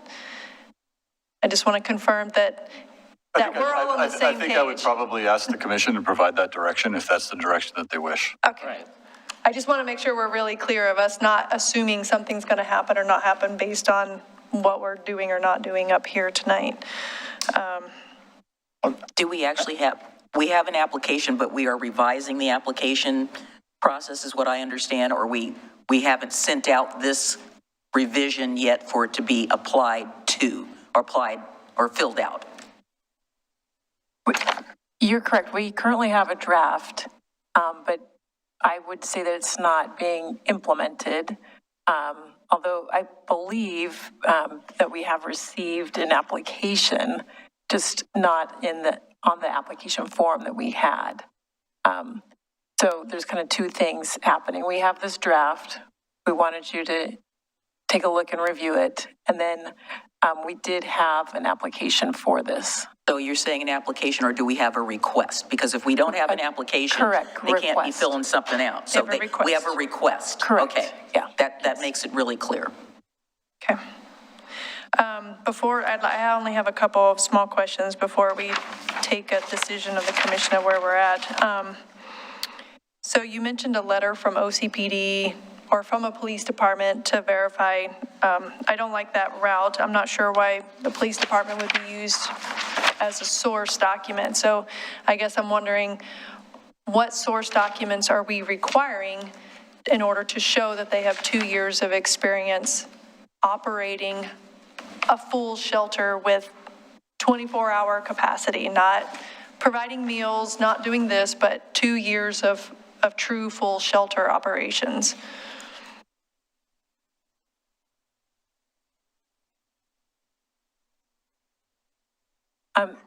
That's a good question. I'll need to look and see what we are asking for in the application. So I can probably answer that in a minute or two. Did you say that we are asking that, or we're not sure? I don't think they're sure. I want to look through and see what we've asked for. I mean, the application essentially just asked them, check a box, do you have 2 years of experience or whatever? And one of the options was a letter from a police department, which I don't understand. And then they are to provide some materials at the bottom. And so I guess I was just wondering, we say that they have to provide proof. I'm just wondering, what kind of proof is that? Is that just a letter from them? Like, to me, that's not proof. So I'm just wondering, like, what is it that someone would have to provide to truly demonstrate that they have 2 years of experience operating an emergency shelter? Are you saying that a check box is not sufficient? Yes, I'm saying that's not sufficient. Okay. And I agree with that. And the way this application reads right now, it just says provide proof. I would like more information on that as far as what our expectations are. If this were our application, what are you using as a guide here to decide whether or not this is proof of experience? Oops. Sorry about that. It was turned off. And one other thing on the application, and I know we're going to have another conversation, but the highlighted section on the 24-hour contact information posted for neighborhood residents and the public to contact the shelter operators if needed. What it says is this number must be answered in person or messages returned within the hours of 9 to 5 on business days or at any time the shelter is open to accommodate clients. I guess my personal preference is to remove that section of anything that says within the hours of 9 to 5. And if someone calls this number a 24-hour, if you're open 24 hours and someone is calling this number, then I don't expect them to call back sometime between business hours. Our issue is that we have an issue that needs to be addressed and we're trying to contact that business. So anytime that the shelter is open that's the language I would prefer, that there's a contact phone number. I assume if they're open 24 hours, they have somebody there that's operating it. And so I think that seems to be to me, it seems reasonable that there's a contact that perhaps they could help if a situation arises. So that's just my opinion on the highlight. That was a change that was made and you're asking for our opinions on that. All right, so that's just my feedback on the document. I completely agree with Commissioner O'Donnell and the challenges of this. I think we do need to do some exploration of the nuisance. I understand you're uncomfortable with it, but, and I'm looking to Chief Band and what he said about having to write a letter. And I've also heard the same complaints that Commissioner McGriff mentioned, that code enforcement in particular takes too long. If it takes 8 months to get a property cleaned up or a year to take a property, to get a property cleaned up, most people who live around that property feel like that's way too long. Code enforcement is being way too lenient, if we have a nuisance property or something like that. So that's the feedback that I've heard, because it's frustrating for residents. It appears like we're not doing anything. It appears like the city doesn't care. And I agree, it's hard to find that line between what's reasonable and being understanding, and it's a lot of situations. To go back to the Fred Meyer Hospital thing, that seems to be the topic for tonight.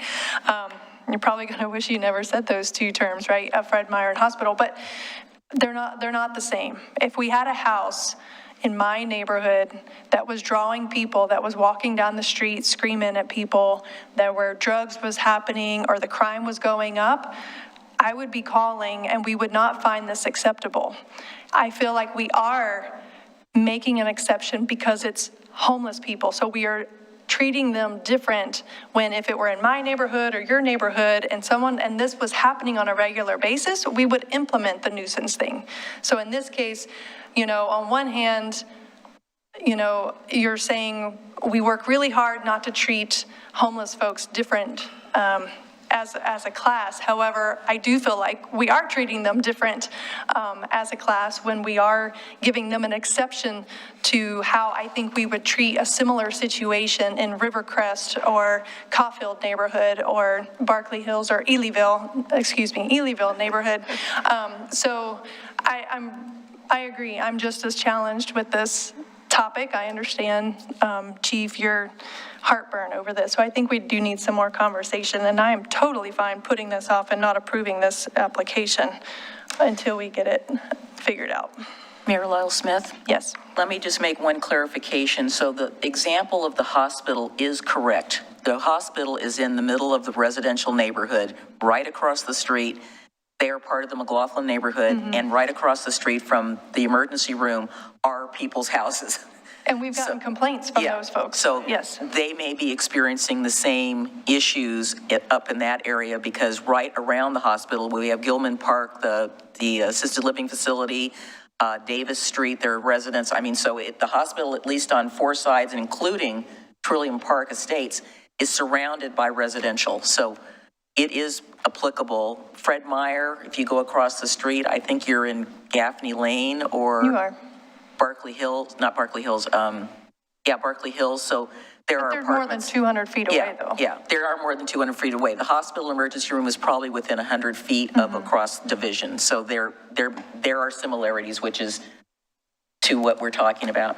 I think just a couple of things I wanted to point out when I was reading the application, and I ran into this before. So we have a religious corporation. So I'm not sure that's the correct term, because even though sometimes churches might be an LLC or they might be registered with the state, I don't know if they're corporations. Maybe I would use a religious organization.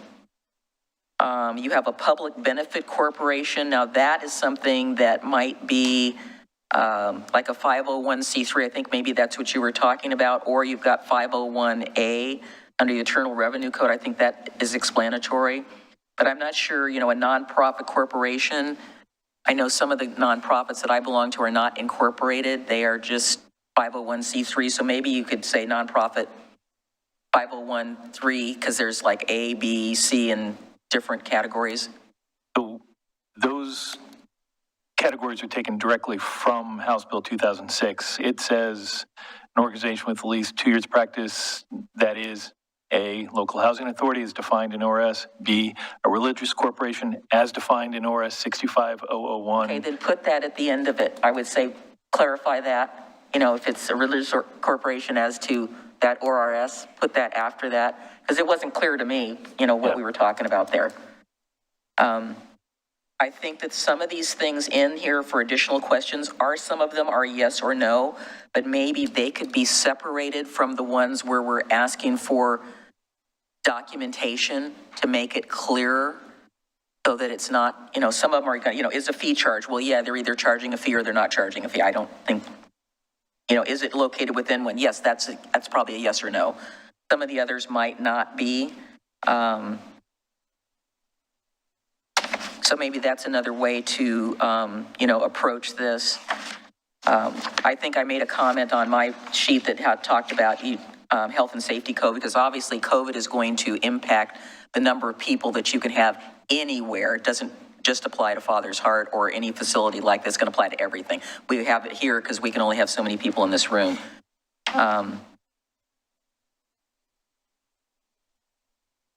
And I think your comment about the contact is really key, because again, as we heard in the testimony, 4:30 in the morning, they weren't open. So who's answering the phone? And maybe maybe somebody needs to have an answering service. I don't know. But yeah, that's it. But I agree with you that we need to explore some other options. Refine this application a little more. I don't want to make it onerous for anyone, but it should be clear that when we're getting the staff is getting the information, that they understand what it is that they are receiving, so that it's not vague. And, we do have to make some assumptions, but I think we also have to look at any application we have, and if it just doesn't seem like they've answered the question, we do ask them, say, you need to clarify this. I don't understand what this means. So I would concur that we need to get more specificity on the application and answering the questions. I will say that Commissioner O'Donnell, I'm not sure that just people giving their address as the address of the shelter is sufficient information, because maybe the people that are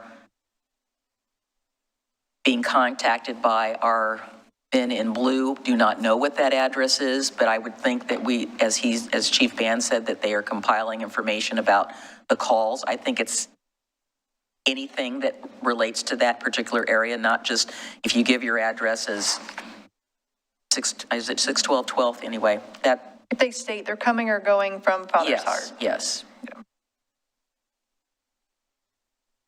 All right. That would be my suggestion to the other commissioners for our direction to staff.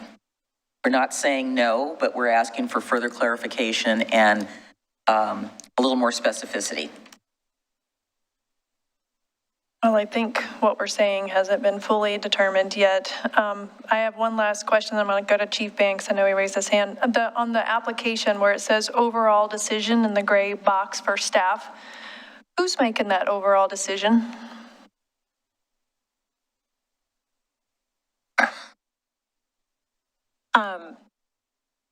So probably I would think it's the directors. So for planning, that's going to be development. Is that what you're asking? Yeah, well, at the top line is reviewed by planning. The next one's reviewed by building department. Next one's Clackamas County Fire. So I'm wondering at the bottom, who is providing the overall decision and deciding if there's approval conditions? Right. So I would interpret that to be the community development director, because it's intended to be kind of this administrative application. So if they meet everything and there's conditions and it's been reviewed by planning, city, and fire, then I would assume that to be the community development director. Mr. Conkle, I agree. you're comfortable with that? Yeah, I mean, this is intended to be an over-the-counter review and approval. It's an administrative function. In land use, we call them type 1 over-the-counter permit that's approved by the community development director. Okay. Type 2 is a community, this isn't even land use. Well, that's why I was wondering, because it's technically not a land use and it doesn't say, so I just didn't know who was going to be on the hook for approving this. So if it comes in over the counter and somebody's looking at this and they're going, I need at least, 20 minutes, an hour to sit down and look at this, because how are you going to read it that fast over the counter? It's not it's meant to be an administrative process to go through, because we're going to have to route it to fire, we're going to have to go look at it. Right. Okay. Chief Ban, you had raised your hand earlier. I saw you. Yeah, so I just have a couple of thoughts. One, to Commissioner O'Donnell, you mentioned a couple times the address, and as far as the nuisance code, it isn't whether or not you have an address. This code is extremely broad. It says frequents. If you've walked into a place, you qualify as being somebody who is, you don't need to give an address. All you have to do is frequent of that place. To speak to its broadness, it isn't even really the three. One of them says property in which continuous or repeated nuisance activities as defined in the section exist or have occurred. That is extremely broad. The hospital analogy might be a little bit clunky, but part of our job, young officers think, at what point can I arrest somebody? Seasoned officers think, what's it going to look like when I walk into a courtroom and a judge has to make a final determination on that? That's all I think about on this, because everything that we put together, the letter I talk about, I think because ultimately what it says is you're going to go into a judge, and is a judge going to tell a place, I'm shutting you down? When I talk about a headline, that's what I think about. Is there a circuit court judge or municipal court judge who's going to shut down a homeless shelter? Okay. That's a huge bar, and that's the moral of this story. And the way I think about managing risk is whenever we're going to start doing things, I start thinking about what's going to go wrong, just like a court case. How would I tear apart my own court case? That's how I'm looking at this. And the questions I'm raising, I think we're all raising, are to make sure that our city has thought of everything. We can charge in and say we're going to do ABC, and then if we get it handed to us in court, that's not success. You're screwed is what you're saying. And the other thing, the Grants Pass ruling is really interesting because the Boise ruling, that was the Ninth Circuit. We are in the Ninth Circuit. And there were a lot of arguments. There was a lot of hate and discontent about the Boise ruling because people were saying everything that we're saying. How dare the government, in this case, the federal government, tell us that people can camp wherever they want to. They can park on sidewalks, they can do whatever they want, all these things. And the court basically said, we don't care. And that's the circuit that we're in.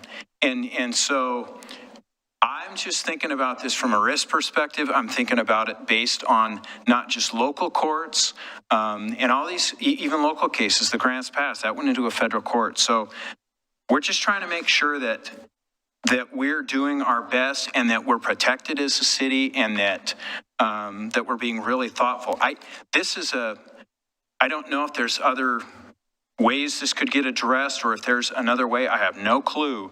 If there's other ways of maybe handling these sorts of things that would be something new that we did, that this just does not, you talk about legislation that isn't necessarily written well. Not a lawyer, but this is so broad. And I think that was all I had to say. Okay, so. And I'll respond to that. It's so broad, it becomes almost on the way it's written, it's subject to challenge.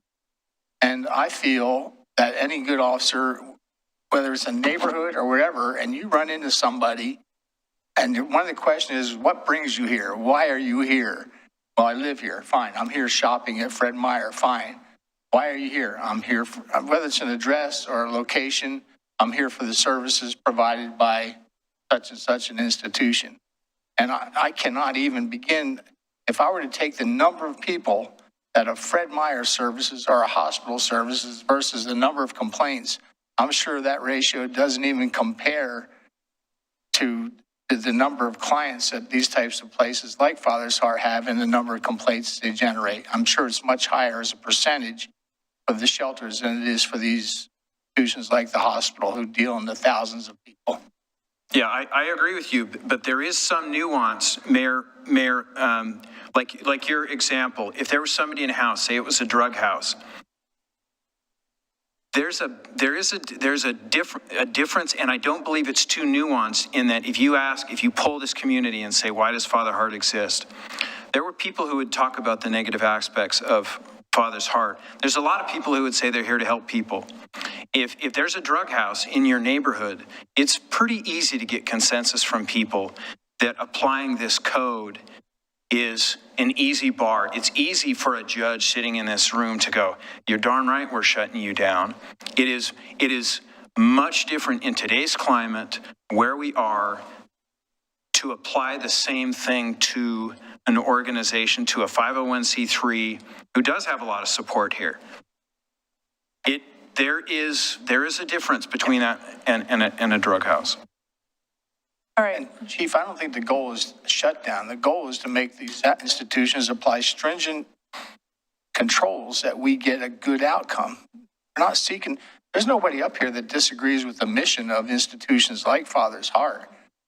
It's just about balance that Commissioner McGriff said about striking between those whose greatest investment is their home and their family versus servicing these other clienteles. All right, so we really need to move on in our agenda. We've got other items, and I think we also need a break. Is there a motion on this? Do we want to table this item? We've given some questions and some direction to staff regarding the application, so this clearly they can come back to us with another revision, but I think we need to provide other direction as well. I would move the table the piece of information until such time as we get clarification on the clarity of the law, the challengeability of the law, and data as to origin of complaints within this community. And maybe we can make a more informed decision as to how to go forward. Second. Okay, motion's been made and seconded. Mr. Wiley? Commissioner Denise McGriff? Aye. Commissioner Rocky Smith? Aye. Commissioner Adam Marl? Aye. Commissioner Frank O'Donnell? Aye. And Mayor Rachel L. Smith? Aye. Motion passes. All right. I think we need to take a quick break, a 5-minute break. Let's come back at 9 p.m. and we will pick up with 9B.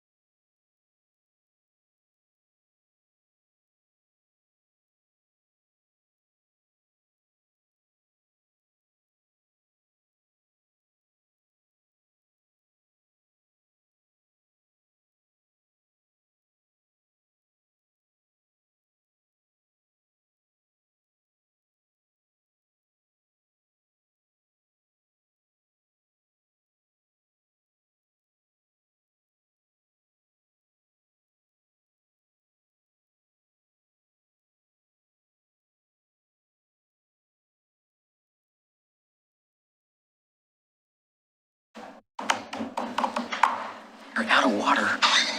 You ready? All right.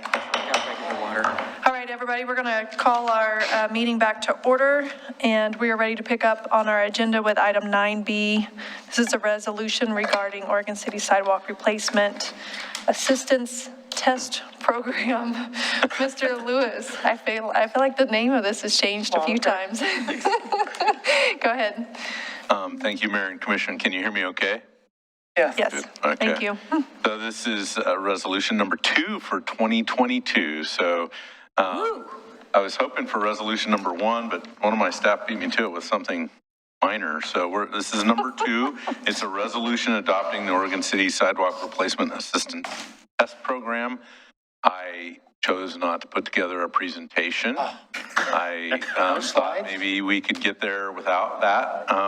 But I'll just remind you that this has been before you multiple times. I think we've had 3 work sessions on this, and you've provided some excellent feedback that I would say some of which would have shown up in the red line had I provided it last time, but that didn't get there.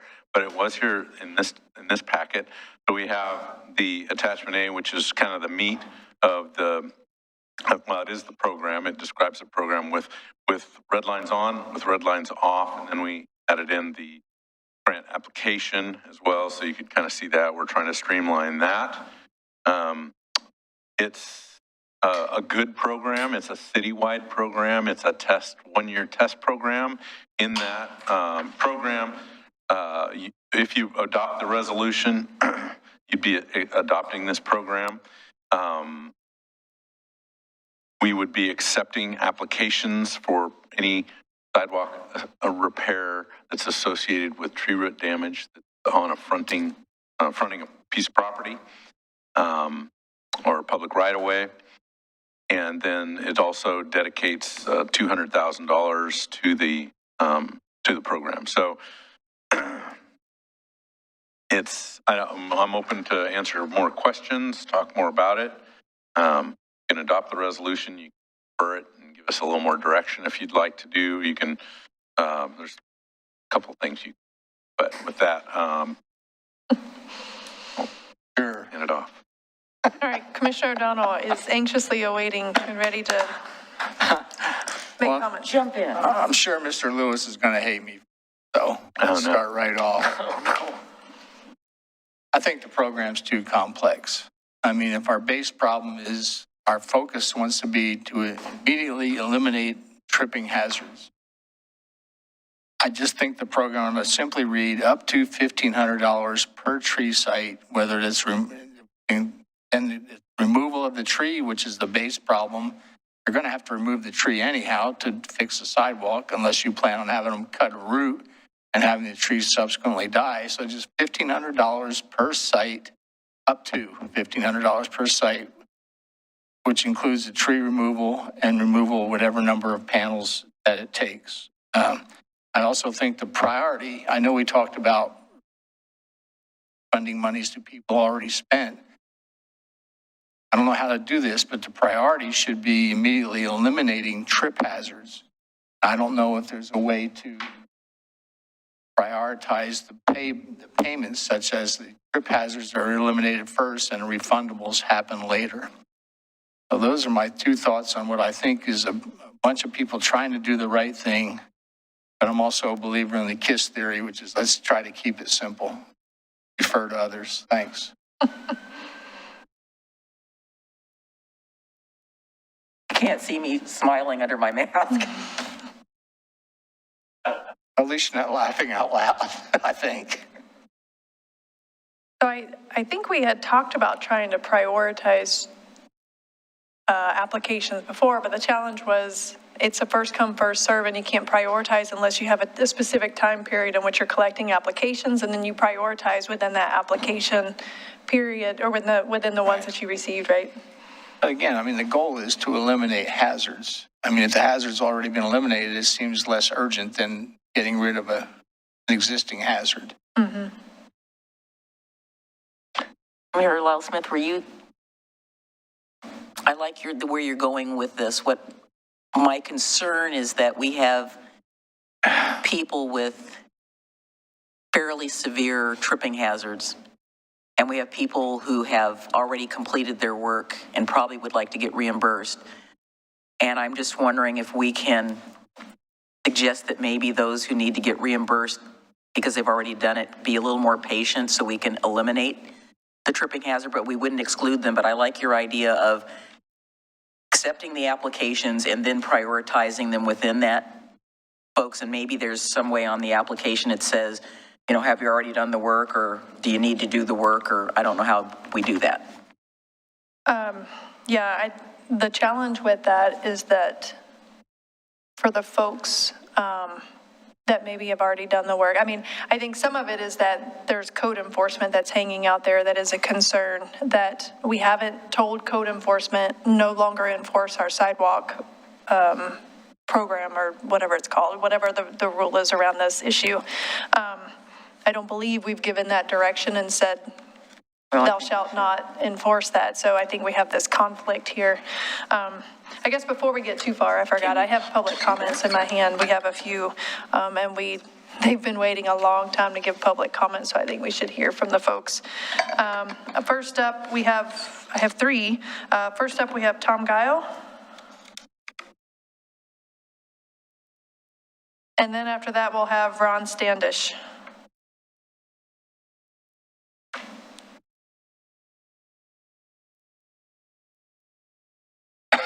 Mr. Guile, I think you know the rules, but we need your name and your city of residence for the record, and you'll have 3 minutes.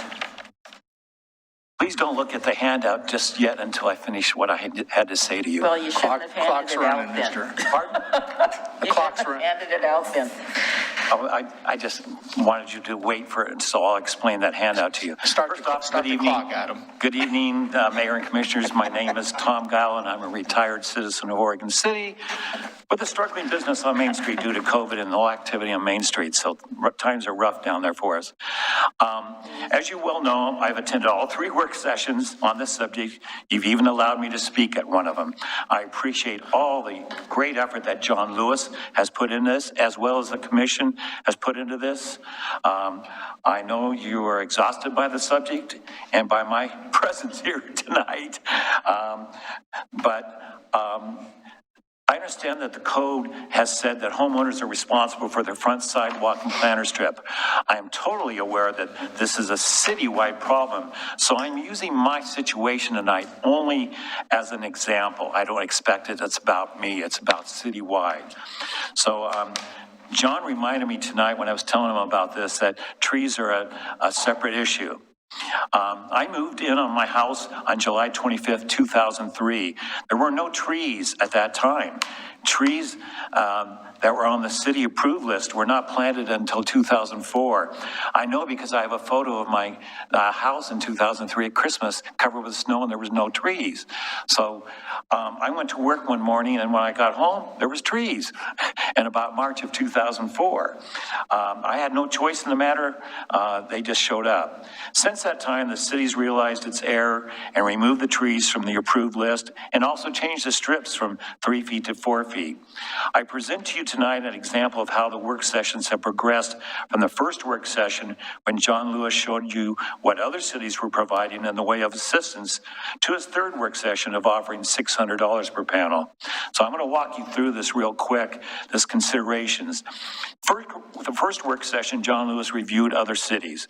A couple cities were at the $1,500 per tree to cover both the tree and the sidewalks. At that time, Commissioner O'Donnell commented like he did tonight that $1,500 sounded fair. Bids for several neighbors in our area last year, I personally checked, were $700 for the tree removal and hauling away and $300 per cement panel. So the tree roots have lifted 2 panels right where they have the crack in there. Using my lot only as an example, I have 3 trees, one within 3 feet of a water utility, and 6 panels that need to be done. That would amount to $2,100 for the tree removals plus $1,800 for 6 panels. That comes to a total of $3,900. If the city only assisted with only the panels, that would only provide me with $1,800, leaving me to pick up $2,100 at this time.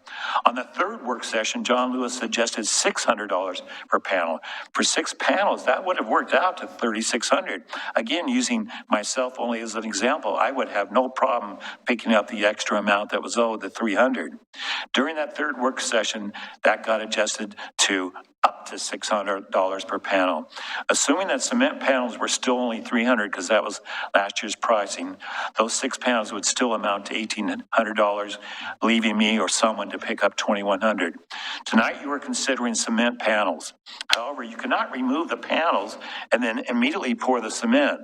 The tree has to come out concurrently with the removal of the original panels, take the tree and the roots out before they can pour the next cement. So many of us would have to come up with all that money, $3,900 as an example, immediately, even before reimbursement.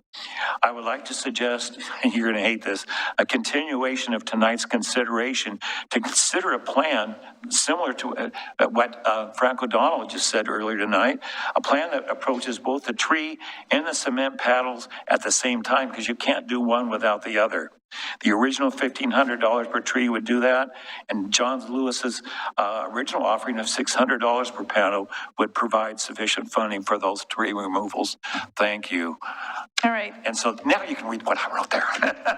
Have a good evening. Happy New Year to all of you. Thank you, Mr. Go. All right, do we have Ron Standish? And then after that, we'll have Jan Grady.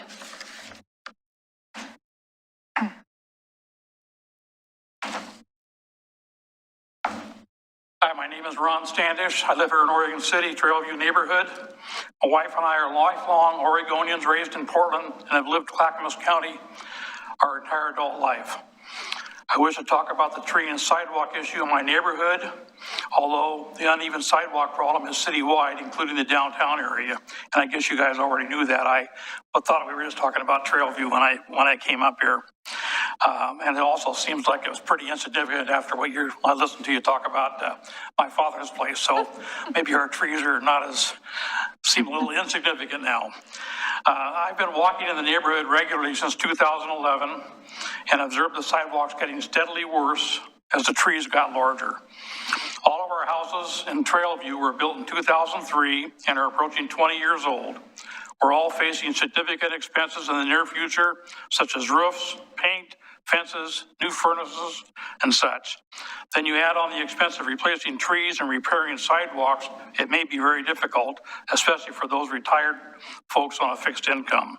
And like my next door neighbor's putting 3 sons through college, they haven't got a lot of spare money either right now. As you're aware, the trees were planted according to city regulations at the time from a list of approved trees. Those regulations for placement have since changed with regard to the water and utility stuff. That's not a good term, I don't think, stuff, but it'll work. The list of approved trees has also changed. Since the city required trees in placement in 2003 for 43 homes in our development, should they bear some responsibility? And I think the answer to that is yes. And the best solution for the homeowners is for the city to take full responsibility for everything, but that's probably not going to happen. And my wife and I sat and we did a little brainstorming, and we said, are there other solutions to help the Trailview homeowners? And shared expense, no interest loans, dollar allotment to homeowners per tree, per sidewalk square. Sounds like you're already talking about that. City contract for the entire neighborhood to get the best price. Waive the permit fees, property tax credit. Done talking.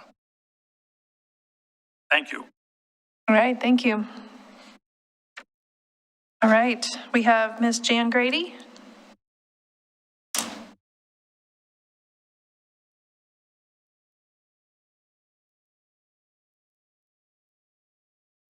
Good evening. Jan Grady, Oregon City in the Trailview area. First, I'd like to thank Mr. Lewis and his staff and the commission for the hard work, because I've listened to the work sessions and there's been a lot of work gone into this. And I have to agree that it's sidewalks and trees. I'm one of those lucky people that's on a corner lot. So I have 6 trees and 35 panels that would need to be replaced, which would be to the tune of roughly $15,000 to $16,000. My husband and I are semi-retired, which is not really in our budget at the moment. It just would be a hardship. But also the trees, in the code, I have 3 trees that probably could not be replaced because one is next to a light pole and 2 trees are around because of the corner or by the sewer drain or the septic drain or whatever you call them. So that would be 3 trees, according to code, that I would have to replace someplace else on my property. Well, the property's been there for 20 years and I'm not going to just plunk a tree someplace on my property. So it's just one of the other issues that is going to come up against, because there's other neighbors that have the same problem. My neighbor, has a tree that's probably a foot from both our water main and his water main, so that tree can't be replaced. But it's throughout the whole neighborhood that has the lights, fire hydrants, sewer, and the water. Thank you for your time. All right, thank you. Chief Ban, can you confirm whether or not code enforcement is actively going around and looking for where there are properties to make sure that they've replanted trees? I'm only saying this, and I'm in your boat too. I lost a tree to the ice storm, so. I don't know. I'll find out. I don't think. I don't believe they do. No, I don't believe they are either. No. I don't think they do, so I hope folks, probably shouldn't put this on a public meeting, but I wouldn't stress too much about a vacant tree on your, not having a tree in the planter strip. I don't think the city is not in the habit of chasing you down and saying you're missing a tree in your yard. The issue is when sidewalks are causing a liability and they're a safety hazard, and that's the reason why this is more of an issue about safety than it is about making sure that all the right trees go back into the right spots. And, so I guess on the record, I'll say, they're not going to like this answer, but don't worry about your trees and their planter strip. I don't think anybody's going to go and chase you down, but they will come after you though if you have a tripping hazard or if your neighbor trips and reports you for not fixing your sidewalk. So anyway, just kind of a side note that I'm sure city staff are hating me for saying that, but join the party. Join the party. All right, that was all of our public comment. Do we have additional comments? That includes staff, or you want to hear from me at all? Can I jump in before Mr. Lewis has his comment period or rebuttal or whatever, at the risk of being ridiculed by Commissioner O'Donnell? Go ahead, Commissioner McGriff. So I think I also concur with what's been stated, is that, again, having gone through this myself, you have to take out the tree and the roots in order to repair the panel, or the section of, there's no way you can do it unless there's some miracle. I know this would be a pain in the butt, but maybe the idea of getting some concurrence from people in Trails View or wherever, and doing it as one, getting everybody to get one contractor. Maybe that's something that the HOA should take on. See if they can get one contractor to get some really good price. I know contractors are really hard to get right now, but if you get something locked in, maybe that will help. Commissioner O'Donnell, I think, is on the right track of increasing the amount. It'll mean less work gets done. But the two things go together. That's all I want to add to it.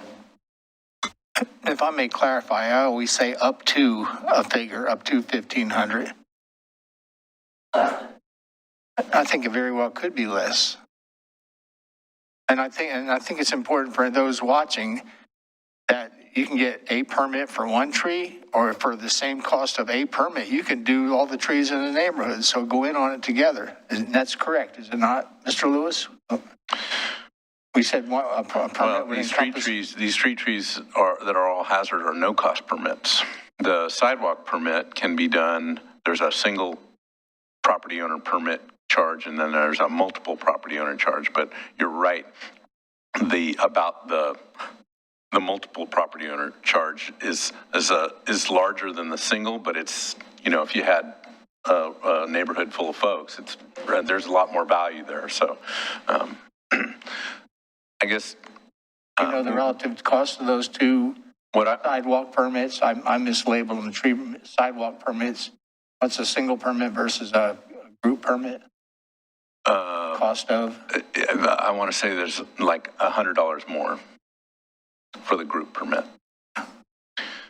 The $100 difference between and that's not an exact number, but I don't quite recall, but you know, a single property owner could come in and say, I want a permit to do my job, and they'd pay a price. If a group of neighbors came in and said, well, we want to do a group permit, as long as they're doing that using the same contractor, they could get that for an extra $100 and do 3, 5, 10 properties at once using that one permit charge. I don't know it off the top of my head, but we do know that. Yeah, it's published in your adopted fees, so it's a published number.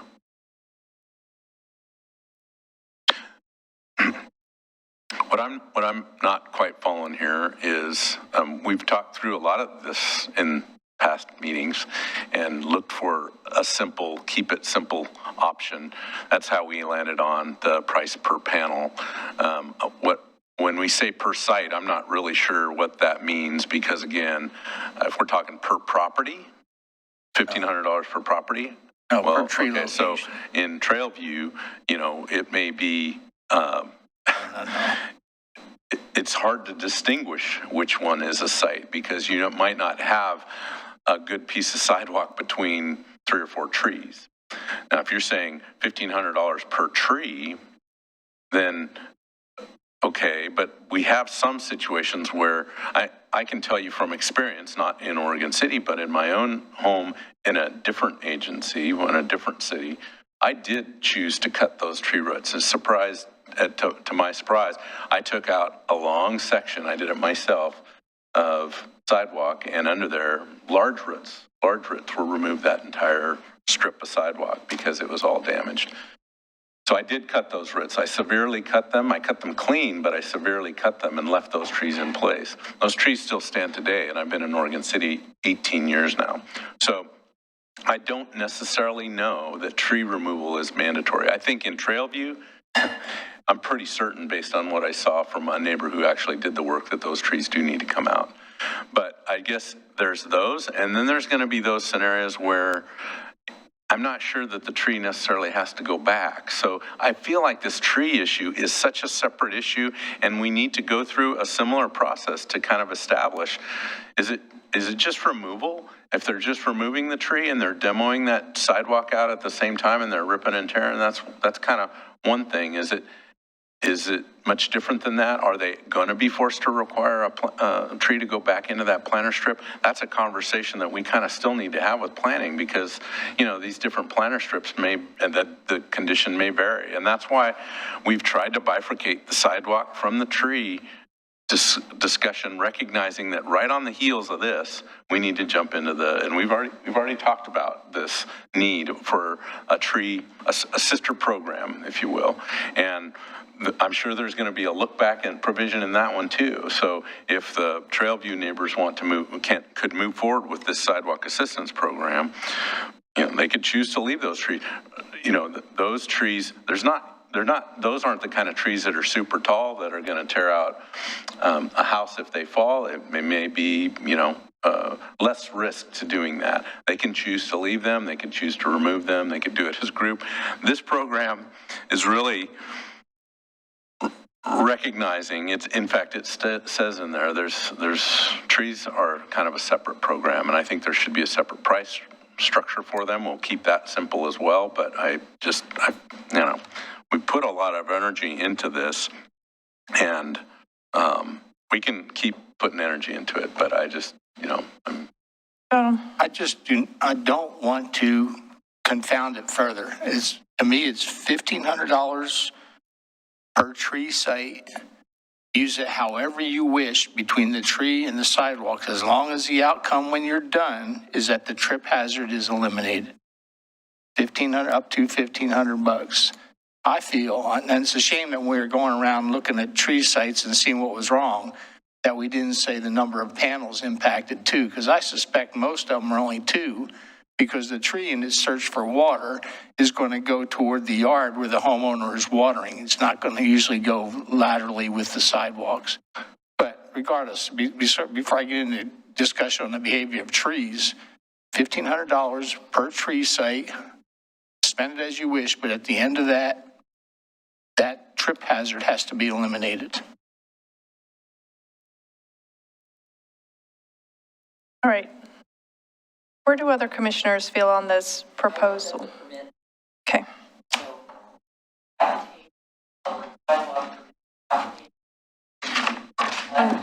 Oh, sorry, $56. Inspection is $120. Re-inspection, if they have to have it, I guess, is $89. So that's $265. If they don't have to have a re-inspection, then it's only $176. And then the application for multiple is one contractor for multiple sidewalk panel replacements along one block of street frontage. Block length shall be maximum length of 500 feet. $56, $120, $176 for inspection.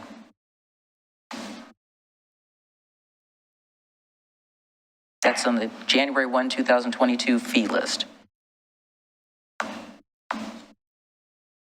So to make sure I understand, so while we are providing assistance, funding assistance, we're still requiring them to pay roughly $200 in permits in order to get it inspected and all of that. And I understand there's a cost to have someone go out and verify. That's what the inspection fee is for, because it costs us to send someone out there and verify that the sidewalk was repaired and put back in place correctly, matching our standards. I could go out, if you asked me to go out and pour a sidewalk, it'd probably not turn out very great. So I could see some folks trying to do it on their own, and that's why we need the inspection. I'll use myself as an example, but fees are always an issue for us, I feel like. Yep. Yeah, I feel the same way about fees. I mean, the city was a participant in this problem. I know nobody's going to want to waive the fees entirety, but I'd be fine with splitting the fees 50-50 because we're all participants in this. And I said it before, the homeowner had a responsibility too. As that thing starts to lift, decide to take some action, and everybody sat back and just watched them lift. I would entertain a reduced fee as a city being a participant in the action. All right, so a fee schedule change would have to come back to us at a different meeting, I believe. I would think, pretty sure. I feel like that's similar to the tree thing. I feel like that's a separate, it's related, but it's another issue that needs to come back to us if we want to consider changing fees. I see folks still thinking about this, so I'll ask Mr. Lewis my question. So this says this is a test program. Is there an end date that's stated on there in here, or is it tied to the funds which are for this biennium, and therefore that's the end date? The intention was 1 year is what we talked about, but the 200,000, for instance, if we brush up against that or get close to that as we're tracking that, we're likely going to be back here in front of you and talking about the effectiveness of the program to date. Sure. I'm just trying to understand, like, I don't see it. We haven't said in here anywhere that I'm going off of the word that this is a test program. So I'm wondering, is there an end date in which folks have to submit an application in order to assume the money's there? Is there an end date in here anywhere? No. Okay. No, it's an ongoing program at this point. So, but then why are we but our calling it a intention was test? to bring back to you in a year a report, assuming there's still money there, bring back that program and kind of report out how that's going, the invoicing, how many are, tree root related, all those kinds of things that you've asked for in prior work sessions. Okay, so this really isn't a test program. We're setting up a new program, and you'll report back, and if we don't like how it's going, we can just end it. I guess with the words test in here, it makes me think that we truly are going through a test period to see how it goes.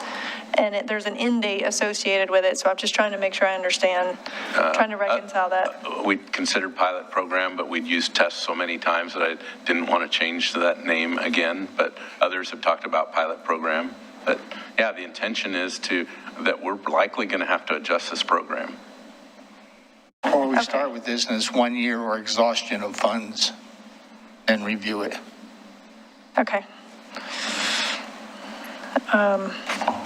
Yeah, if we're going to keep calling it a test or a pilot, I don't care. Either one of those words to me still imply that there's a period in which we are testing this program to see, and we're going to learn about it and see how well it does. You're going to report back. And so, We considered that in a year was what we've been talking about. Okay. Yes, yeah, you said that last time.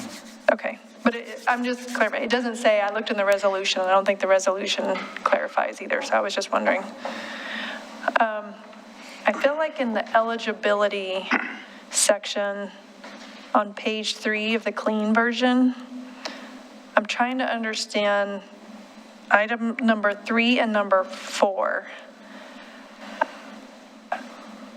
I feel like maybe they're in conflict with each other. I'm trying to understand. So applicants may only apply for one grant for one property in a calendar year. That's number 3. And then in number 4. So that's the idea is folks come in and apply once during that calendar year and take care of as much of the work as they can get done during that calendar year. If they're a property owner that's got, like we heard tonight, 8, maybe they decide, well, I'm going to do, 4 of them this year. And so that would be one piece. The item number 4 is that sidewalk panel. We should never, as a city, have to recontribute to that sidewalk panel replacement again, whether they place a tree or not. Oh. So we'll be tracking those as well. Tracking the location of those. Okay. I understand now.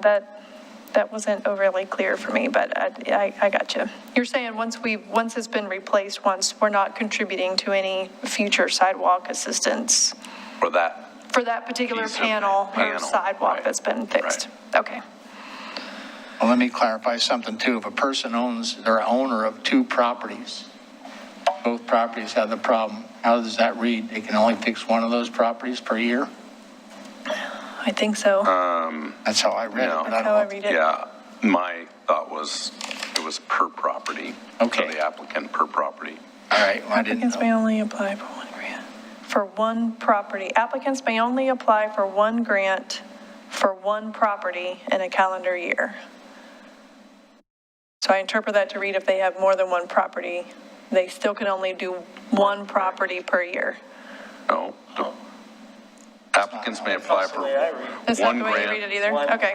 one per property. So if they had 10 properties, they could apply for 10 grants. Okay, well, reword it then to 1 per property if that's the consensus. Well, then you need to remove the words for one property. It's 1 grant per property in a calendar year. Anyway.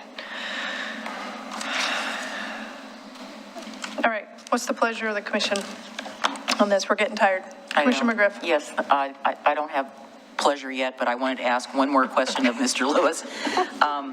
So we adopted a fee list.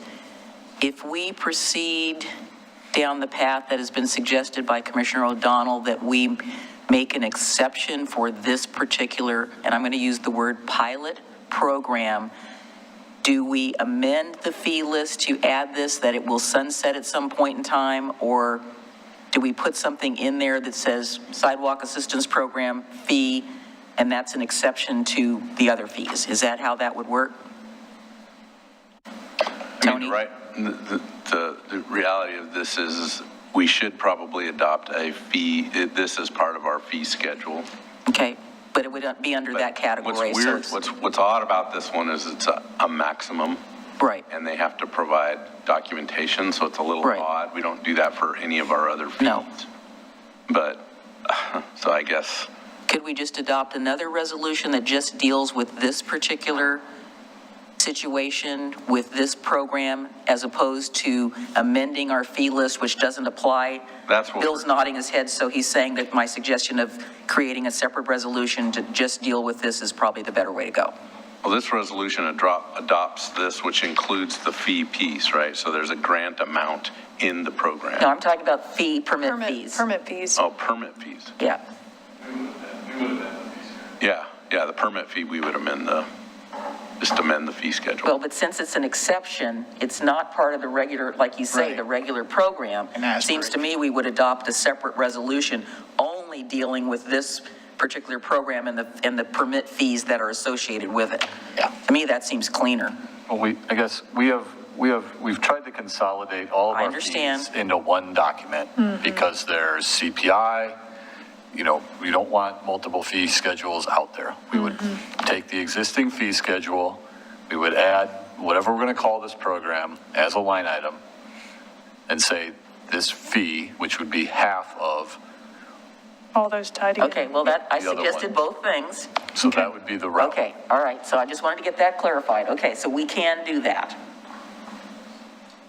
All right, so it sounds like I'm hearing that we would like to bring the fee schedule back for a resolution, but it should be pretty easy to bring forward with the reduction of the permit cost.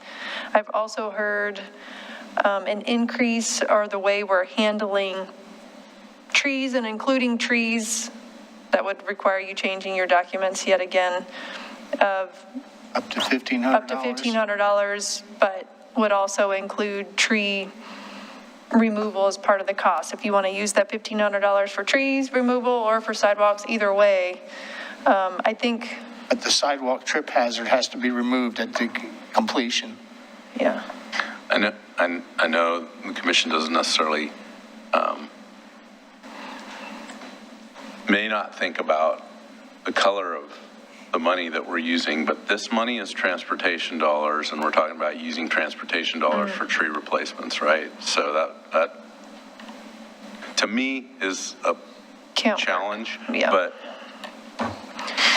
if that's what the commission wants to do, I guess we'll work through it. I don't know if the color of money matters on tree replacements, but. You're talking about. We're specifically talking only about sidewalks because it's a transportation facility. Right. Well, I'm not talking about tree replacement. I'm just talking about removal during the repair process.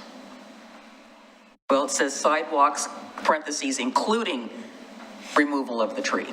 Yeah. Maybe it's still called sidewalks, but we know for a fact that you have to take the tree out to get this panel fixed. Okay, is that allowable in the transportation fund? That's another piece, which is, you're not talking about replacements. No, we are not talking about replacement of the tree.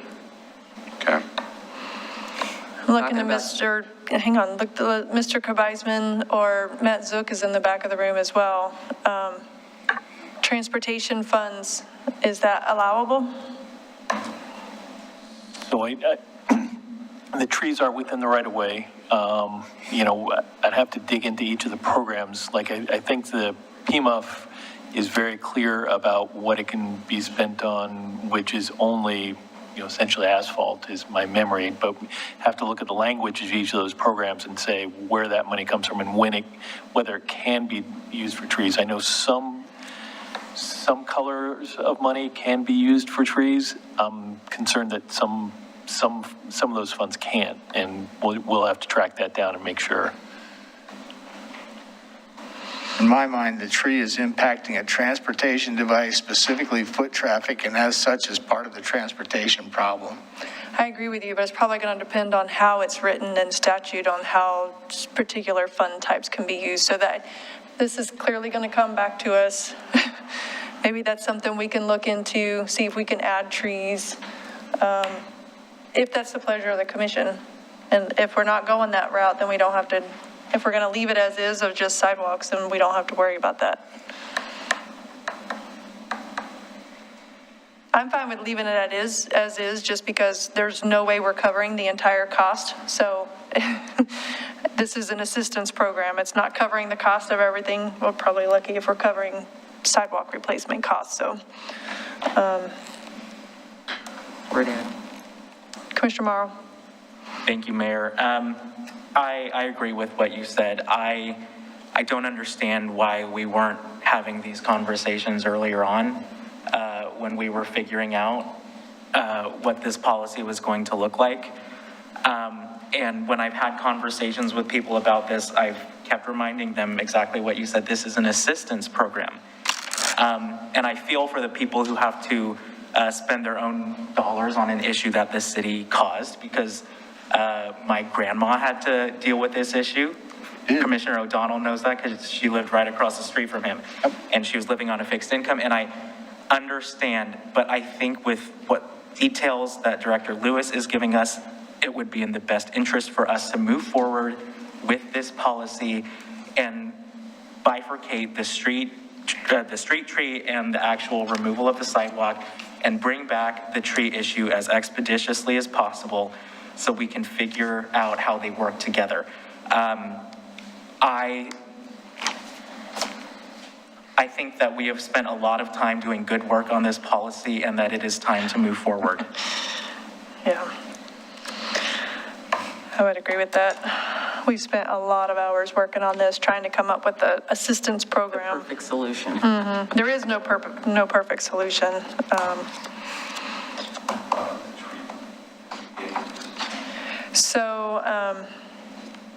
I will say, for the edits that were made, we didn't get a chance to see them last time.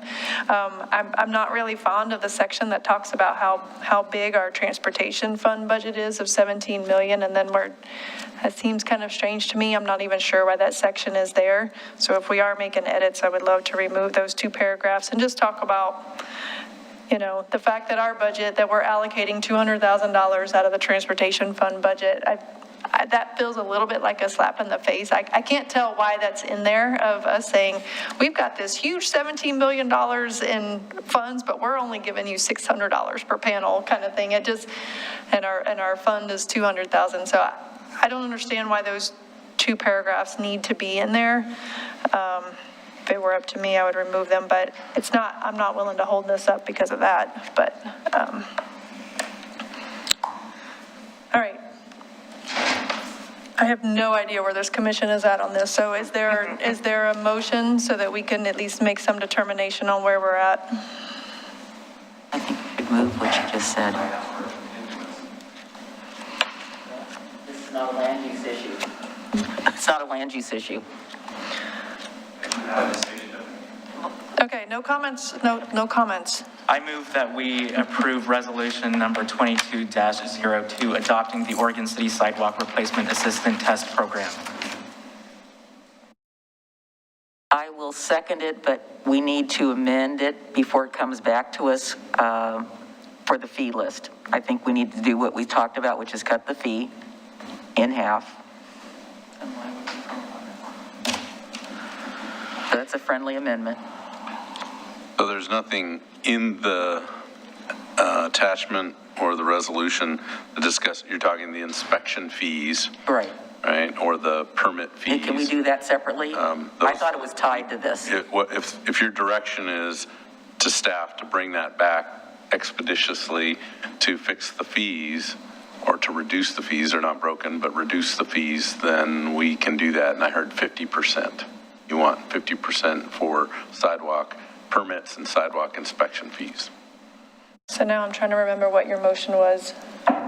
He wants to approve it as is. To adopt as is, but I will amend as seconded by Commissioner McGriff. Are we still sticking with the $600? Yes. If I could real quick. Go right ahead. I think we can propose a resolution based on the program.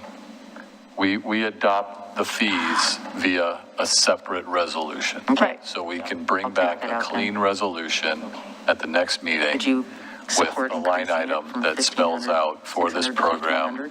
Can you please stop talking so I can hear? The permit fee will be half as much. I think it'd be cleaner to adopt them as two, because we historically adopt our fee schedules via a resolution. Sure. A clean resolution. So we understand what the direction is. I don't think we want to muddle this resolution with the fee component. We understand what that is. We understand we're going to go do that. So my preference would be to decide on the program, and then we will bring back a clean resolution of the engineering fees to be adopted at the next meeting, if that makes sense. So the advice is that the motion not include any conditions. I think so. It'd be cleaner. I'll withdraw. I will once again move to adopt resolution number 22-02, adopting the Oregon City Sidewalk Replacement Assistance Test Program.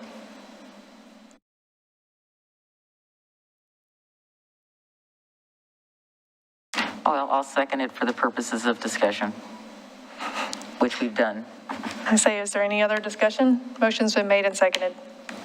What will the amount of assistance be? We went from 600 to 1,500. Is that in there? The motion is made as written, which is $600 per panel. Up to $600, no, it's $600 per panel, up to $1,500 maximum, I believe. Isn't that correct? No? It's just $600 a panel. Okay.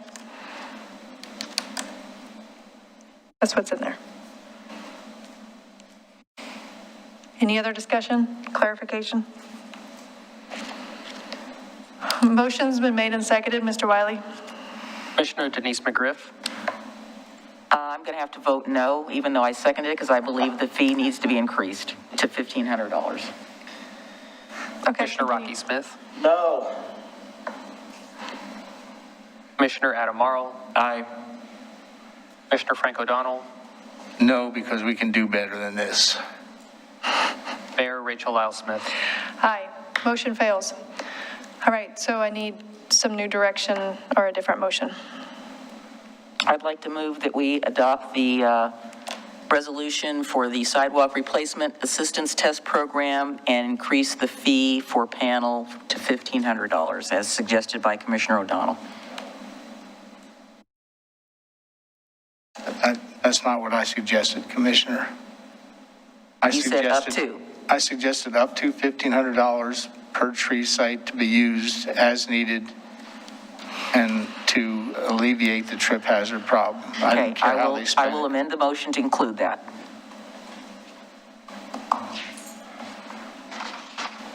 I'll second that since I was the originator of it. All right, so just to clarify, the resolution, if they're adopting the resolution, I just want to make this, the resolution, we're making an edit to Exhibit A, which is called out in the resolution. So we're essentially asking, I'm trying to make sure we're doing this right, and I'm not sure we are. Mr. Conkle? Yeah, I think maybe we could do a preliminary vote if, with Commissioner O'Donnell's recommendation or motion. And then, because we're going to have to go back and make changes. And then we can go back, go through the document, make the changes so that they reflect what your direction is based on a vote. And then we can bring back the a clean resolution, a clean program with the changes in it and the fee schedule at the same time for consideration. So, because right now the resolution, I'm a little nervous to just go in there and just change 1,500. We need to go through the document. Well, and it's not, that part is not in the resolution. The resolution references Exhibit A, which is the problem with, that's the reason, yeah. But I think if the direction of the commission is to create a program that is up to $1,500 per tree. Per tree site, an impacted site. Per sidewalk site. Per impacted site. Okay, then we can make a motion stating that. We'll vote. If it carries, we will go back and make those changes, clean up the resolution to reflect that, amend the fee schedule, and then bring that back. Yeah. I think that'd be easier. Yeah, okay. So we're deferring the decision on the resolution and making a motion to make edits to the program as stated. I would so move. And I like your statement, Commissioner O'Donnell, about impacted site. That way we're not specifically talking about sidewalks or trees, it's impacted. Yeah, I don't care how it's spent as long as the trip hazard is removed, period. So I think we need a restated clean motion like to move that we preliminarily approve the resolution as suggested it be amended with the $1,500 per impacted site, adding the changes to the needed to the fee schedule, and bring that back for our approval. That was awkward, but I'm just trying to get it out there. We can't preliminarily approve a resolution. We're approving it to come back. You can move to direct staff. You can move to approve the program with a revised resolution to be brought back at a future meeting. Might be perfect. I will do that. So move to approve the motion is to approve the program, directing staff to bring back a resolution with the changes as specified. If we know the changes as specified, John, are you comfortable that we? Well, I heard the fee, obviously. There was a comment about the grant, one grant per property, so I need to make sure that's clear with regard to multiple properties. I also heard wanting to get rid of the background about the transportation fund. So those are things that I noted. And yeah, I think anything else? Nope. We're at it. Are we clean on this, gentlemen? I mean, our impact to the site, up to $1,500, period. Yeah. I believe that was the motion. I'll second it. Okay, we're back. All right. We now have a motion that's, I think, acceptable. Motion's made and seconded. Mr. Wiley. Commissioner Denise McGriff? Aye. Commissioner Rocky Smith? No. Commissioner Adam Mayoral? Aye. And Commissioner Frank O'Donnell? Aye. And Mayor Rachel L. Smith? Aye. Motion passes. All right. It is 5 till 10, and I know we won't be able to get through the Living Hope Church item in 5 minutes. So if we're going to go past 10 o'clock, we need agreement by the commission to do that. Since we're in a break, I want to go ahead and address it now. I'm okay with going to 10:15 to deal with this issue. Okay. Sure, 10:15, sure. We do have 2 people for public comment who have been Yes, waiting who've been this patiently entire waiting. time. I see them in the back. Yeah. All right, so we have agreement to move on past 10 p.m. I can't guarantee 10:15, but we're going to keep on and try to get through 9C. Yeah, get the public comment. All right. 9C, Living Hope Church monthly stormwater fee reduction and overpayment reimbursement. Mr. Lewis? Thank you. So this, there's a lot of documentation in this packet as well about kind of what the city's, or what my decision has been on this. So we've got a stormwater customer in the Living Hope Church. They've been a longtime customer, and during really the entirety that their billable amount has been wrong. Since inception of the stormwater program, it was wrong back then, and it was an undercharge back then, and now it's an overcharge. It's been an overcharge since 2008. It's the stormwater utility for non-single-family residential churches is based on a equivalent unit rate. And there's a calculation that goes into that. And in the case of the Living Hope Church, there wasn't really, it was looked upon as though the entire site was impervious. So so if an entire site's impervious, then the reduction factor, or the factor, is 1. If the site has open areas like lawn that definitely have pervious elements to them. So there's ranges of those, if it's lawn, if it's sloped, if it's gravel, if it's sidewalk. So there's a calculation that goes into that. And in this case, in 2008, well, I can't speak to either time frame as to what happened there, but it was, or why it happened, but what happened was it didn't get calculated correctly. So they've been charged for that since 2008. So we've made that adjustment to their monthly bill. When they brought that to us in July 26th of 2021, we kind of realized what their concern was. We looked at it and verified that and made the adjustment. Then the question about look back came up. And so I looked with the finance department to figure out, well, what's our policy for look back? And that policy for look back is typically 6 months. I guess the other point of that is we typically don't do a look back if somebody's underpaid. So in this case, they overpaid. So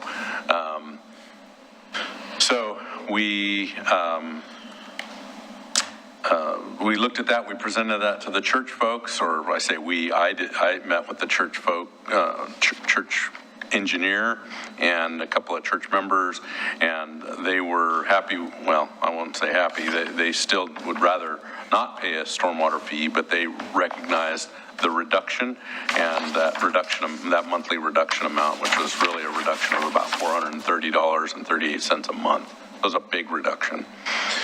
And said, look, we want you to go back till 2008 when this started. And so a little over 13 years. And so not having ever done anything quite like this or ever had a situation come forward like this, I started kind of digging into that a little bit, asked the attorney for an opinion, asked the finance director for an opinion, and I came to the conclusion that even though, and by the way, the city code doesn't really have direction on look back for this particular concern. So not having ever have done reimbursement like this, and that was true for our finance department as well, I said, well, let's look at a couple of different scenarios, and landed on the 30-month scenario. That would take us back to 2019 when the church brought forward concerns about their stormwater bill, but they brought it forward in a different way. Their argument at that time, or their point at that time, was that the church shouldn't have to pay a stormwater utility fee because they weren't connected to the stormwater system, and they had, through their development application, they built all these they built stormwater facilities, which to me is like, well, that's what the standard required you to do at the time, so that's not a reason. And by the way, you're connected to the stormwater system. So nobody looked at the unit rate back then. Nobody asked that question, but there was correspondence about this question about their bill. And my thinking was that's enough justification for me to feel comfortable to advocate for a reimbursement. So that's what we did, and that was that reimbursement was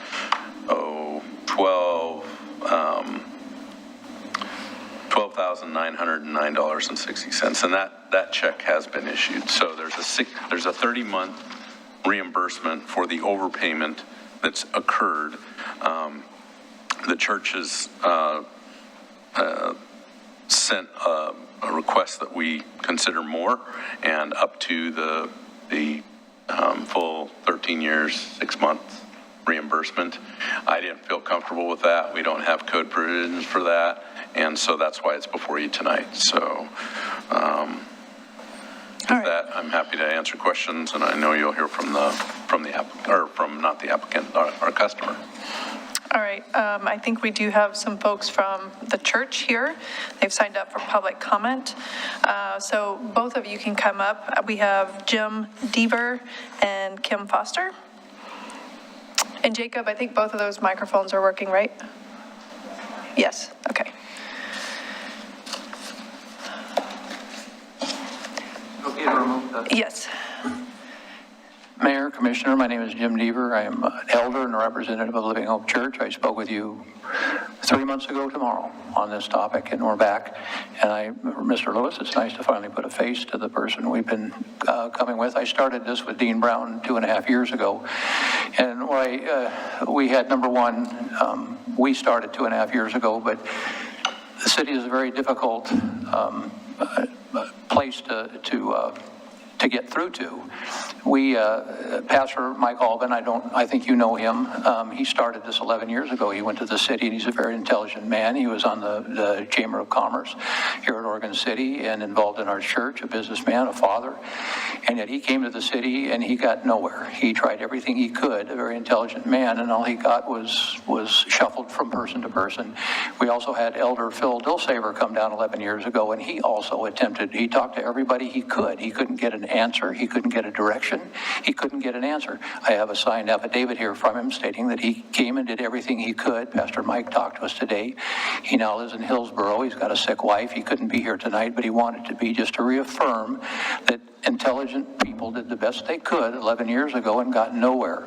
I laugh, tongue-in-cheek laugh. We've gotten here today because through the last, we finally ran into a man 8 years later that took on the city in Portland. He had worked with the city. He knew how to do the battle.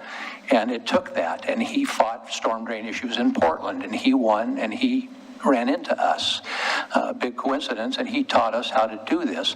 It took 2 city administrators, a world-renowned rocket scientist, Brian Lee with Pace Engineering, to get here. This is not an easy place to get. So if we're being accused of not filling out a form or talking to someone appropriately, it's not because we didn't try. We weren't giving any assistance. No one offered to help us or told us we need to fill out a form or this is what we need to do. We tried everything, and all we ran into was stone walls. And I'll say this, Kim's got some information, but I will say that there's 2 very frustrating things we ran into. Number one, we weren't informed that we should fill out any forms. We did not know that, or we'd have been happy to do it, but no one said that. We were also inspired to do another survey for an additional $1,700. We told you that last time. That just mirrored the first one we did and even proved our case even more so. And what really locked me down and frustrated me is we came before you fine folks last time. It took 3 days to get a correction on the ERUs after we appeared with you folks. 3 days. After 11 years of trying, it took 3 days once they were told to please rectify this. And then I asked Brian Pace from engineering, Brian Lee from Pace Engineering, what did it take, 10 hours of a crew of 5? Well, how much effort went into getting a resolution? He said 30 minutes. One person, 30 minutes, give or take a couple of minutes. No one in 11 years of trying, not one of the city officials took 30 minutes to recheck the ERUs and resolve this issue. And all the burdens being put on us to prove it. I went to the professionals, we went to the professionals, the pastor went to the professionals, an elder went to the professionals, and no one took 30 minutes to rectify the situation. So that's why we're here. And that's what it took, that crew of those people I pointed out, to get this far. This is not an easy thing to do, to get to the truth. So that's why we're presenting it to you, and thank you. Thank you. We've heard that before. Can we see the affidavit that you brought? This one is from Phil. Mike, I said, was sick, and he's now working again in Hillsborough, so he didn't give us a signed affidavit. This one's from Phil. You need to hand it over to, hand it to Mr. Yeah. We read the Mike what Phil wrote, and Mike said, I absolutely agree with everything. Okay. So verbally he agreed with what's on there as well, but just was not able to physically sign it. That's fine. He just said he brought it. I'd like to see it or have the opportunity to pass it down and for us to see it. So Kim, can you can announce your name and city of residence just for the record. And Hi, I'm Kim Foster. I'm a resident of Oregon City. Greetings to mayor and council members and director and city manager and Chief Ben. Good to see you again. What we're really talking about is something where the city was not acting in good faith through this process, and it was a lot longer ago, as Jim pointed out, and where it was best characterized as a runaround between various people. And, churches has a small staff, and they're got other things they're doing, so it's tough to keep following when you don't really know or don't get the help to pursue some of these things back when it would have could have been rectified much earlier. I do want to, and there's a whole summary of the recent communication, but I do want to point out in the staff report John Lewis prepared for you all. There's some things I take exception to on that. There's this idea of going back prior to the 2008, and that's when there was a substantial change to the property, of putting in a parking lot and adding some addition to the building that was there that started the new rates. So the prior rates are, rather haphazard throughout the city, and I think you'd find that. So having this be the first discussion of the possibility of offsetting the overcharge is really not acting in good faith. To bring it out where we wouldn't even necessarily have seen this staff report that's going to you. Also, the amount is listed on the table in the middle part is shown as a $54,712 and change. And by the calculation that has been talked and exchanged in a couple of letters had been $55,016.63. So that's another exception to that. And we have provided in our letter of November 8th, we had provided a table of all the interactions, including the ones that Jim had referred to, and that is in closure 3 of our November 8th letter that I think you all were in receipt of. And I just don't understand how the city can go on to make, it tough to do business here and give people mountains to climb, and almost to the point of they want to squeeze as much money out and not help people and become a city that is resident friendly, organization friendly, business friendly. And the comment that I've gotten from a business owner here in town who did a recent addition to his property, he said that if he had to do it all over again, he would never do it in Oregon City again. And that's a bad precedent. And this is just another example where we got these differences going on. And so what I would urge you to do would be to authorize the reimbursement of that $55,016.63 that represents the efforts over the last 13 years, that the property has been from the time that this major change was done to it, and just offset that by the amount that's already been paid of $12,909.60. So that would be leave a balance due the Living Hope Church of $42,107.03, according to my calculation. So I appreciate you picking that up and hearing our concern. All right, thank you. So before you leave, I just want to check, does anybody have any questions from these representatives of the church? Yeah, I guess I might have one. Okay, I heard Commissioner McGriff first. Go ahead. Thank you very much, Mayor Lyle Smith. I guess the question that I have about all of this is that when this all started, I guess, and I can't be responsible for past commissions. I wasn't here on the commission. I may have been working at the city at the time this was all going on, but I don't know. We didn't deal with stormwater and planning. So was the original contention is that this church should not have to pay any stormwater fees at all? There was discussion by, and this again, it's one of the entries in that closure 3 table. Right. Dan and Diane Collins, who were members of the church at the time, were doing part involved with construction. And they had interaction that they were told that there were not to be any fees because of the mitigation on site property. When I went through, because I went through the files that the church had, and in contacting her, Diane, could not find any documentation on it. So at that point, we said we would have to accept the revised ERUs rather than having no ERUs. So that's, again, it was the time the people that were working the issue had that interaction, but we didn't have any substantiating document for going all the way to 0 ERUs. Okay, thank you. Can I ask a follow-up before I go? So I'm confused on the timeline. Can we clarify, when were the ERUs revised? Was it 2011, 2019? 2008. 2008. Okay. March. When the construction happened, which started this, and you put in the stormwater stuff. Yeah. But So that's what Commissioner McGriff was asking, if it was going to zero. It didn't go to zero, but it did get revised to a reduced, that was when it was to a reduced amount. No. I mean, It was revised to the incorrect amount. yeah, so the history here that I've shown, tried to show from the beginning of kind of the stormwater thing, which was, July 89 through February, there was, I noticed it changed a little bit over time based on the information I got from finance, but it went from 1 to 3 ERUs. And then in 2008 is when they did the expansion that included the parking lot and all the stormwater facilities. And that's when it went to 78. Okay. Okay. Yeah, so that was the jump at the 2008 to 78 ERUs. Which turned out to be the incorrect amount. Yes, from that time period. That's why our contention is to go back to that point. To that point, okay. And then the recent study or whatever that says it should be the lower ERUs was 38 or something like that. That's the reduction that just happened that represents was that 12,000 check that was written to the church was meant to address that look back based on the new rates, but going back 30 months. Right. Okay.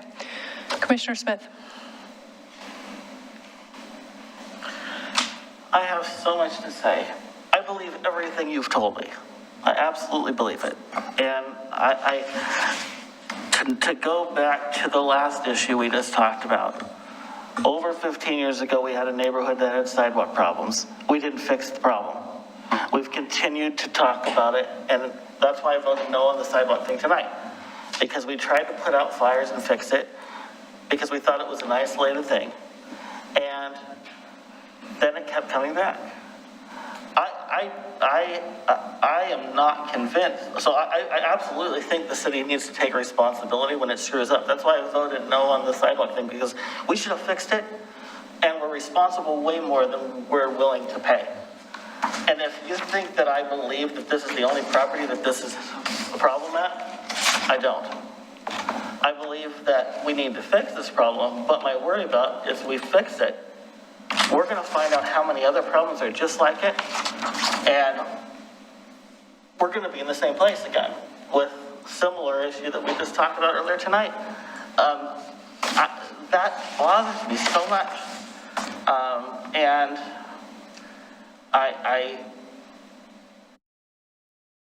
because then it gets to a point where it's so overwhelming to fix all the problems that we have to do these half measures, and it still never ends.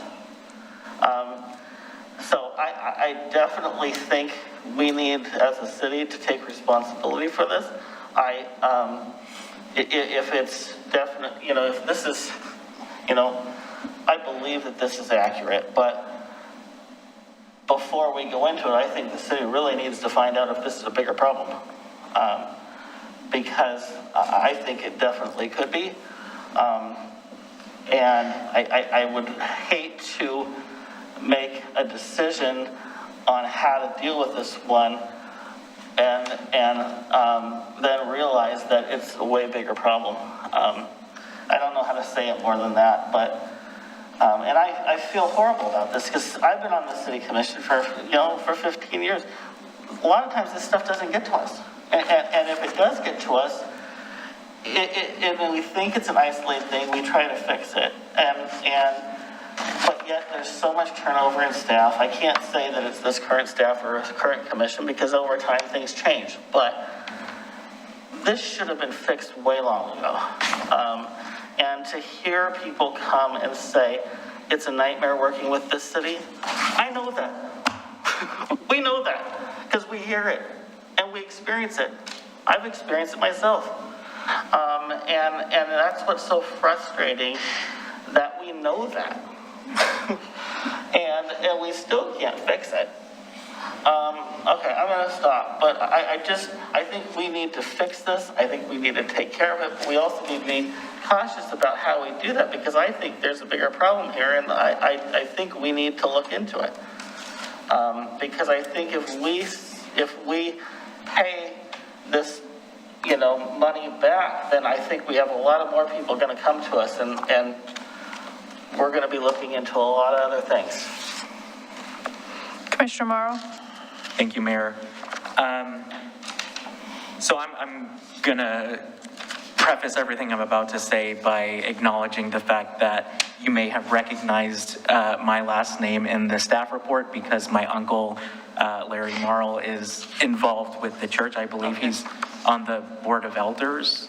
Is that correct? Yeah, a good friend of mine too. And so I just want to preface it with that there is a familial relationship here. I had a conversation with Mr. Conkle and Mr. Kabaisman, and it doesn't look like that would disqualify me from having a vote on this. However, given that I have just been through a budgeting process with my own church and place of worship and seeing the hardship that churches are going through right now, I do not think I can make an unbiased decision on this, so I will be abstaining if and when this comes to a vote.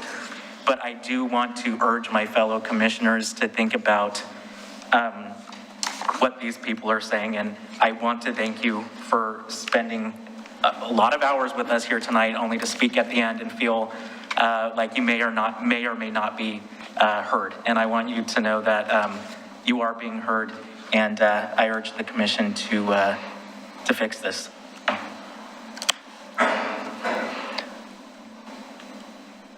All right, Commissioner O'Donnell or Commissioner McGriff, any other comments? Well, I'm over here plugging and chugging numbers. This is my habit. And so you take this overpayment of $44,000, and I divide that by 13.6 years, which is that period from March 2008 to September 2021. And we can all figure this differently, and you may come to a different answer. But I came out that you were overcharged $32.35 per year. Now, Mr. Kabaisman says under a contractual arrangement, 6 years is our limitation of obligation, as stated in his memo.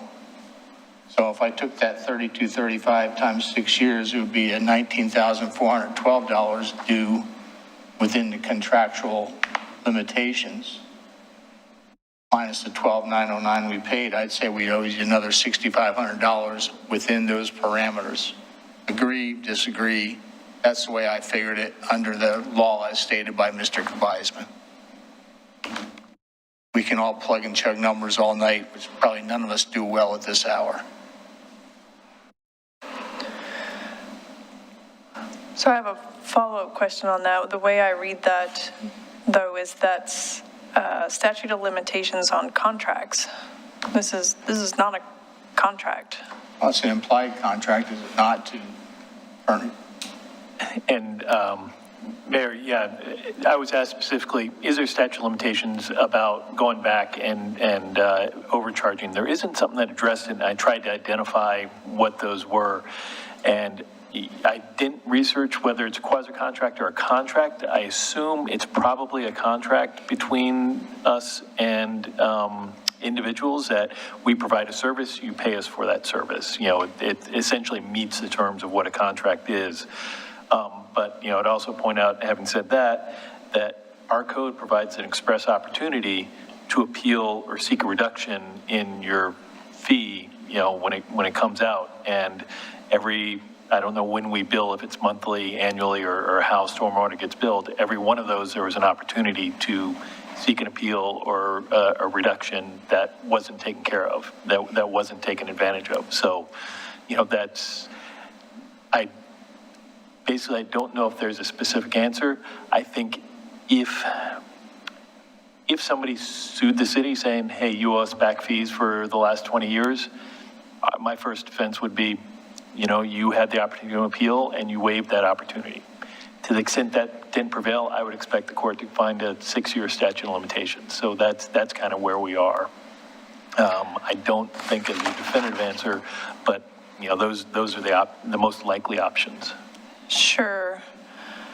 I'm just going to ask you to pause. I think we generally don't keep a dialogue going, so I think we've asked questions. So I'd like to move us along. I'm not ignoring you or trying to be rude to you, Kim. So I think my issue, though, is that they've clearly stated that they tried to come back to the city to resolve this issue and essentially appeal the fee. And couldn't figure out who to talk to, couldn't get the right form, or felt like they got the runaround, and they have multiple people stating that that is what occurred. And I totally believe that probably did happen. We have people that call us all the time. Tell me who the right person is that I need to talk to, because I'm not sure who to contact at the city. So it happens. I think that's, so what you provided were examples of the most likely analogous. Most likely look-backs. Yeah. Okay. Commissioner McGriff. Yes, thank you, Mayor Lyle Smith. Well, I will say for one thing that I am sorry that you've had a bad experience. I wouldn't say I guess I can say with a great deal of confidence that that is not how the City of Oregon City operates, regardless of what my fellow commissioners say or what they've heard from people. I believe that we have a staff that I'm currently working with that does everything they can to try to resolve issues so that doesn't come to the commission, because they don't want it to come to the commission. They want to try to get it resolved. We're kind of the last resort. I think we may be, I believe that you are owed some restitution. And I guess my question is going to be for Mr. Zook is financially, what position are we in with making restitution in the amount that they're requesting or the revised amount that Mr. O'Donnell has suggested be? And then we've got the issue with the 6-year look back that doesn't seem to allow us to go back any further. So I guess that's the question. What's the budget implication? Mr. Conkle, have you guys discussed this and can answer this without having to find another microphone for Mr. Zook? I mean, John, you want to talk a little bit about stormwater, but I mean, it's not a robust budget, but. So our stormwater budget, as you remember from our stormwater rate discussion, as one of our kind of least funded funds, we did increase the rate increase effective January 1 of this year. So we are moving in that, but if you remember, we pushed it out and we ramped it up. So it's, we still got those. Is there funding in the fund to cover this? Yes, it would mean something else would fall from the budget. But there's contingency in that fund as well. So any of the numbers that we're talking about can happen. And if we need to come back for a budget amendment later, we can do that. Matt has a microphone. Yeah, thank you. I would concur with what John said. The amounts that we presented in the staff report are easily justified. So we provide the budget just so we can bring that back. We're not saying that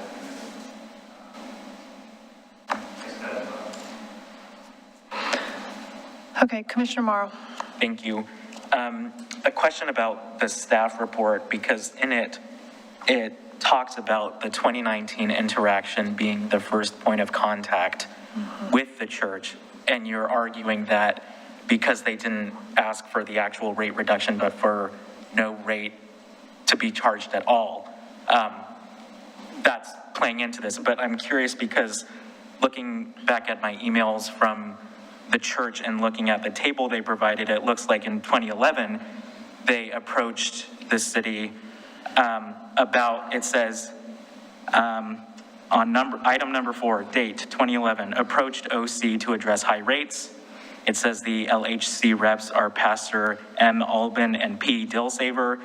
And so I know that this is a long time ago and staff might not even be here anymore to give us the answers on this, but I'm curious what that initial interaction was, because it seems like they did come to the city before the 2019 date, which is said in the staff report, to address the specific issue of being overcharged. So they very well may have. I really, it's like this commission wasn't, there are no staff that would have been involved in that kind of discussion that are here now.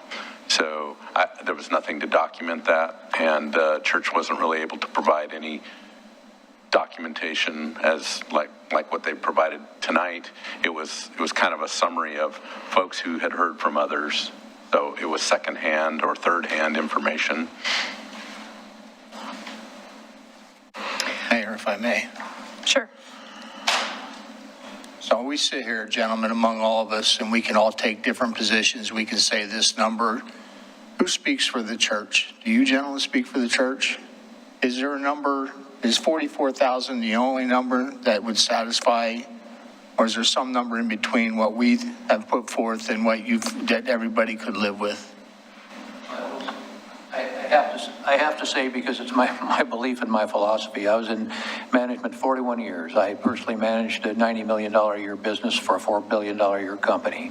I always did things honestly, openly, and we thrived. I believe if you cover up and do things less than you're supposed to, it's going to come back and haunt you. I think if you do things properly, it might cost you a little bit up front, but it's going to pay off in the long run in the way you do business and the way you're perceived.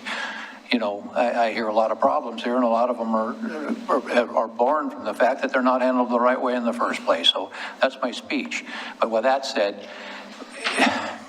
we were overbilled $55,000. Why the city doesn't, if I knew that I overbilled somebody 55, I'd pay them back. How the city wants to handle that, that's on your conscience and your soul. That's what we're due. Will we accept less? If we have to, we don't want to. We're a Christian organization. We use the money to serve the community. We want to use the money to serve the community. Are we going to hire lawyers to come after you? Ain't going to happen. I've been honest the whole way. So we'll accept what we have to, but we believe we deserve $55,000 because that's what we overpaid. We're not asking for interest. I understand the city bills, people goes after people that owe them, and they charge a 6% interest fee. We're not asking for an interest fee. We just like to be returned to us what was taken from us. But will we work with you? Absolutely.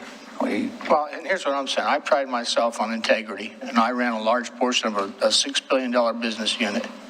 And I'm reading these figures here, and it says you were undercharged $10,710. So I took that off the 54 that you just stated. So that leaves. Well, like I said, if we underpaid, I'm not a thief. I'm a Christian man. So if we did not pay at a certain time, yeah, I'm ready to accept that responsibility. And also, I'm saying that the city could stand on legalese, could say we have a 6-year maximum exposure under an implied contract. Sure.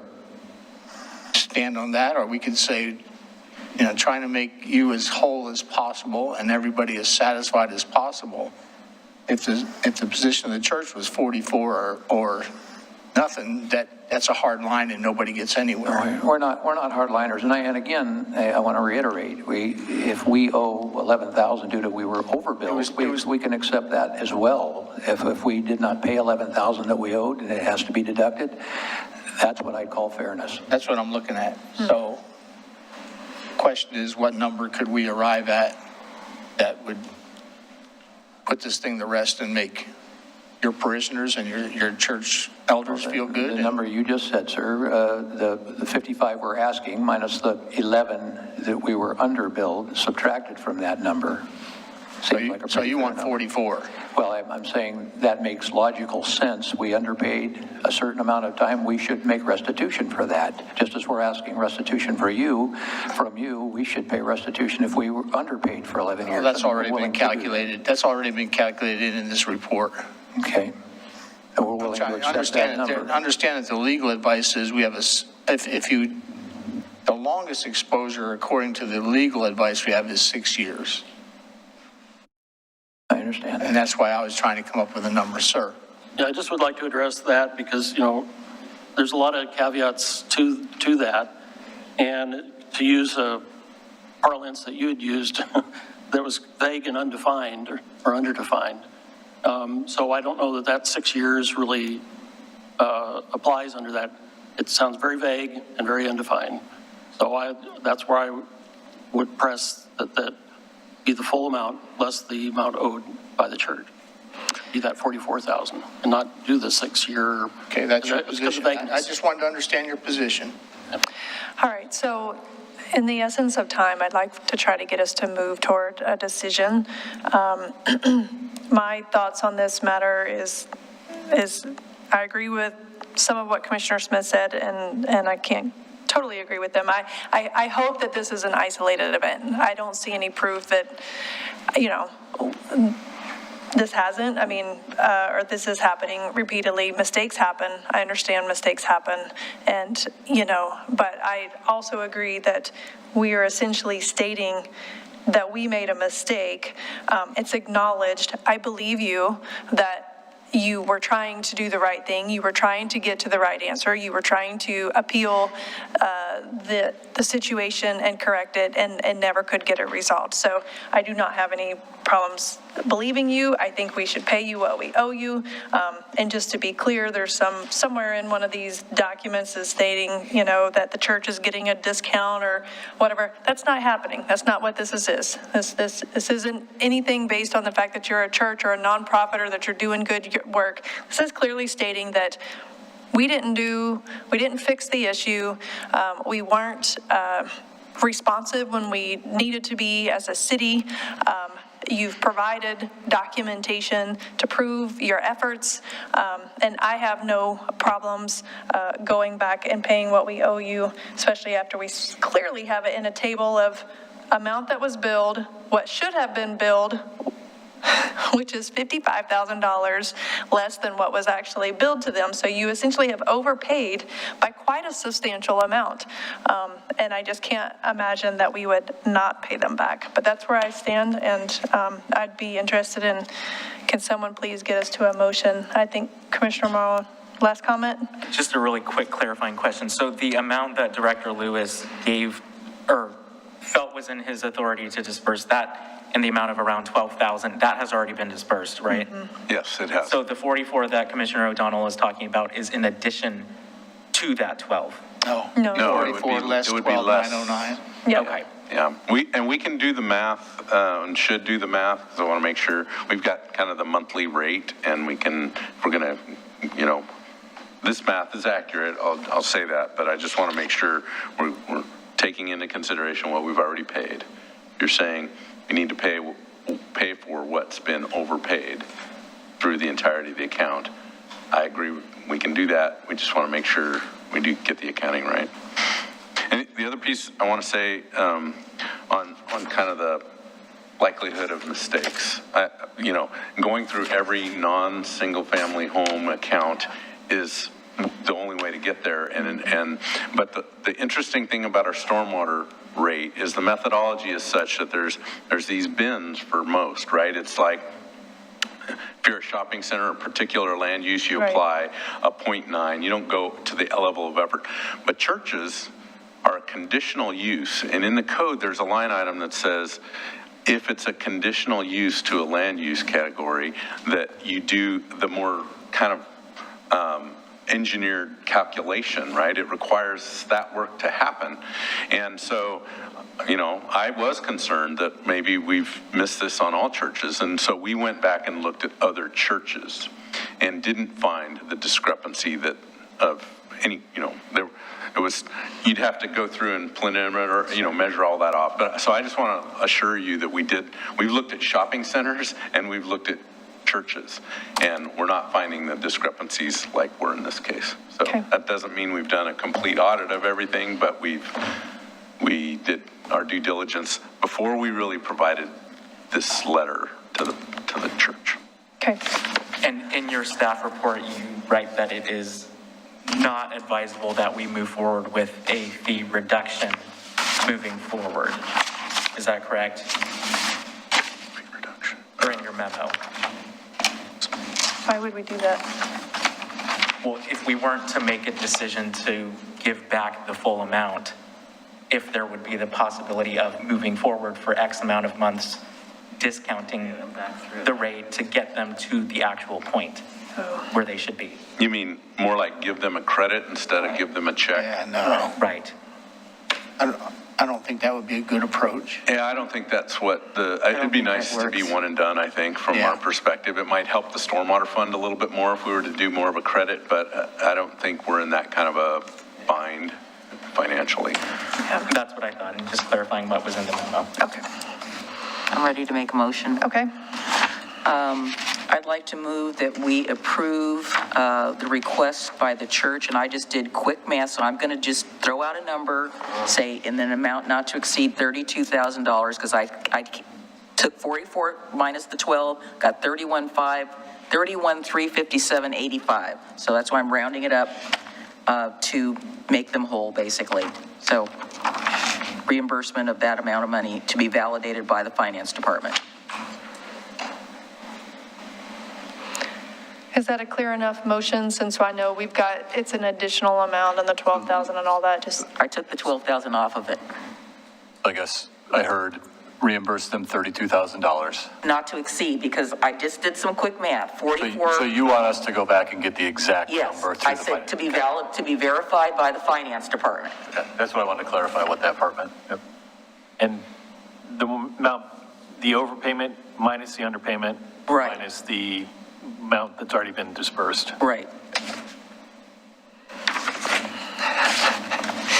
I get 31,092.85 cents if I do the math on what they provided. That's what I got. Okay.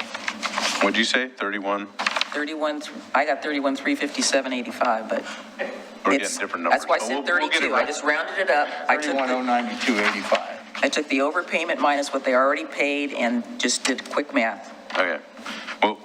We will ask, I concur with the number of 31,092.85 cents. okay. Yep.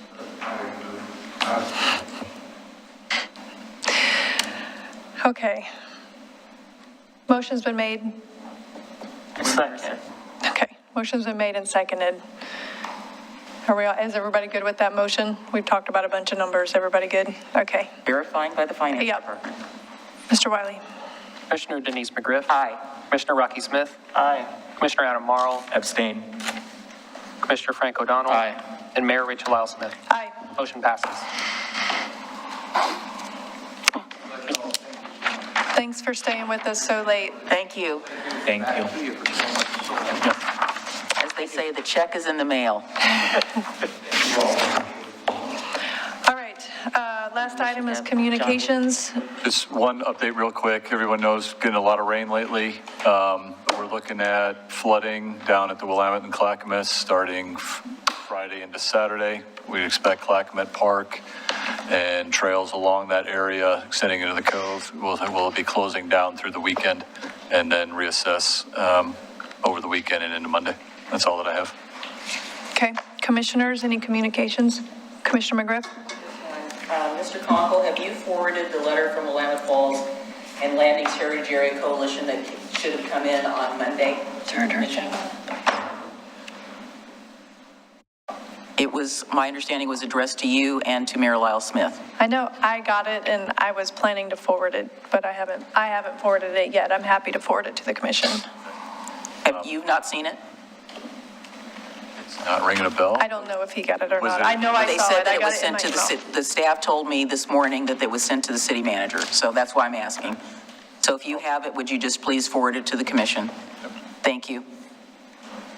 Yeah, I will forward it as soon as we adjourn. Is there any other communications?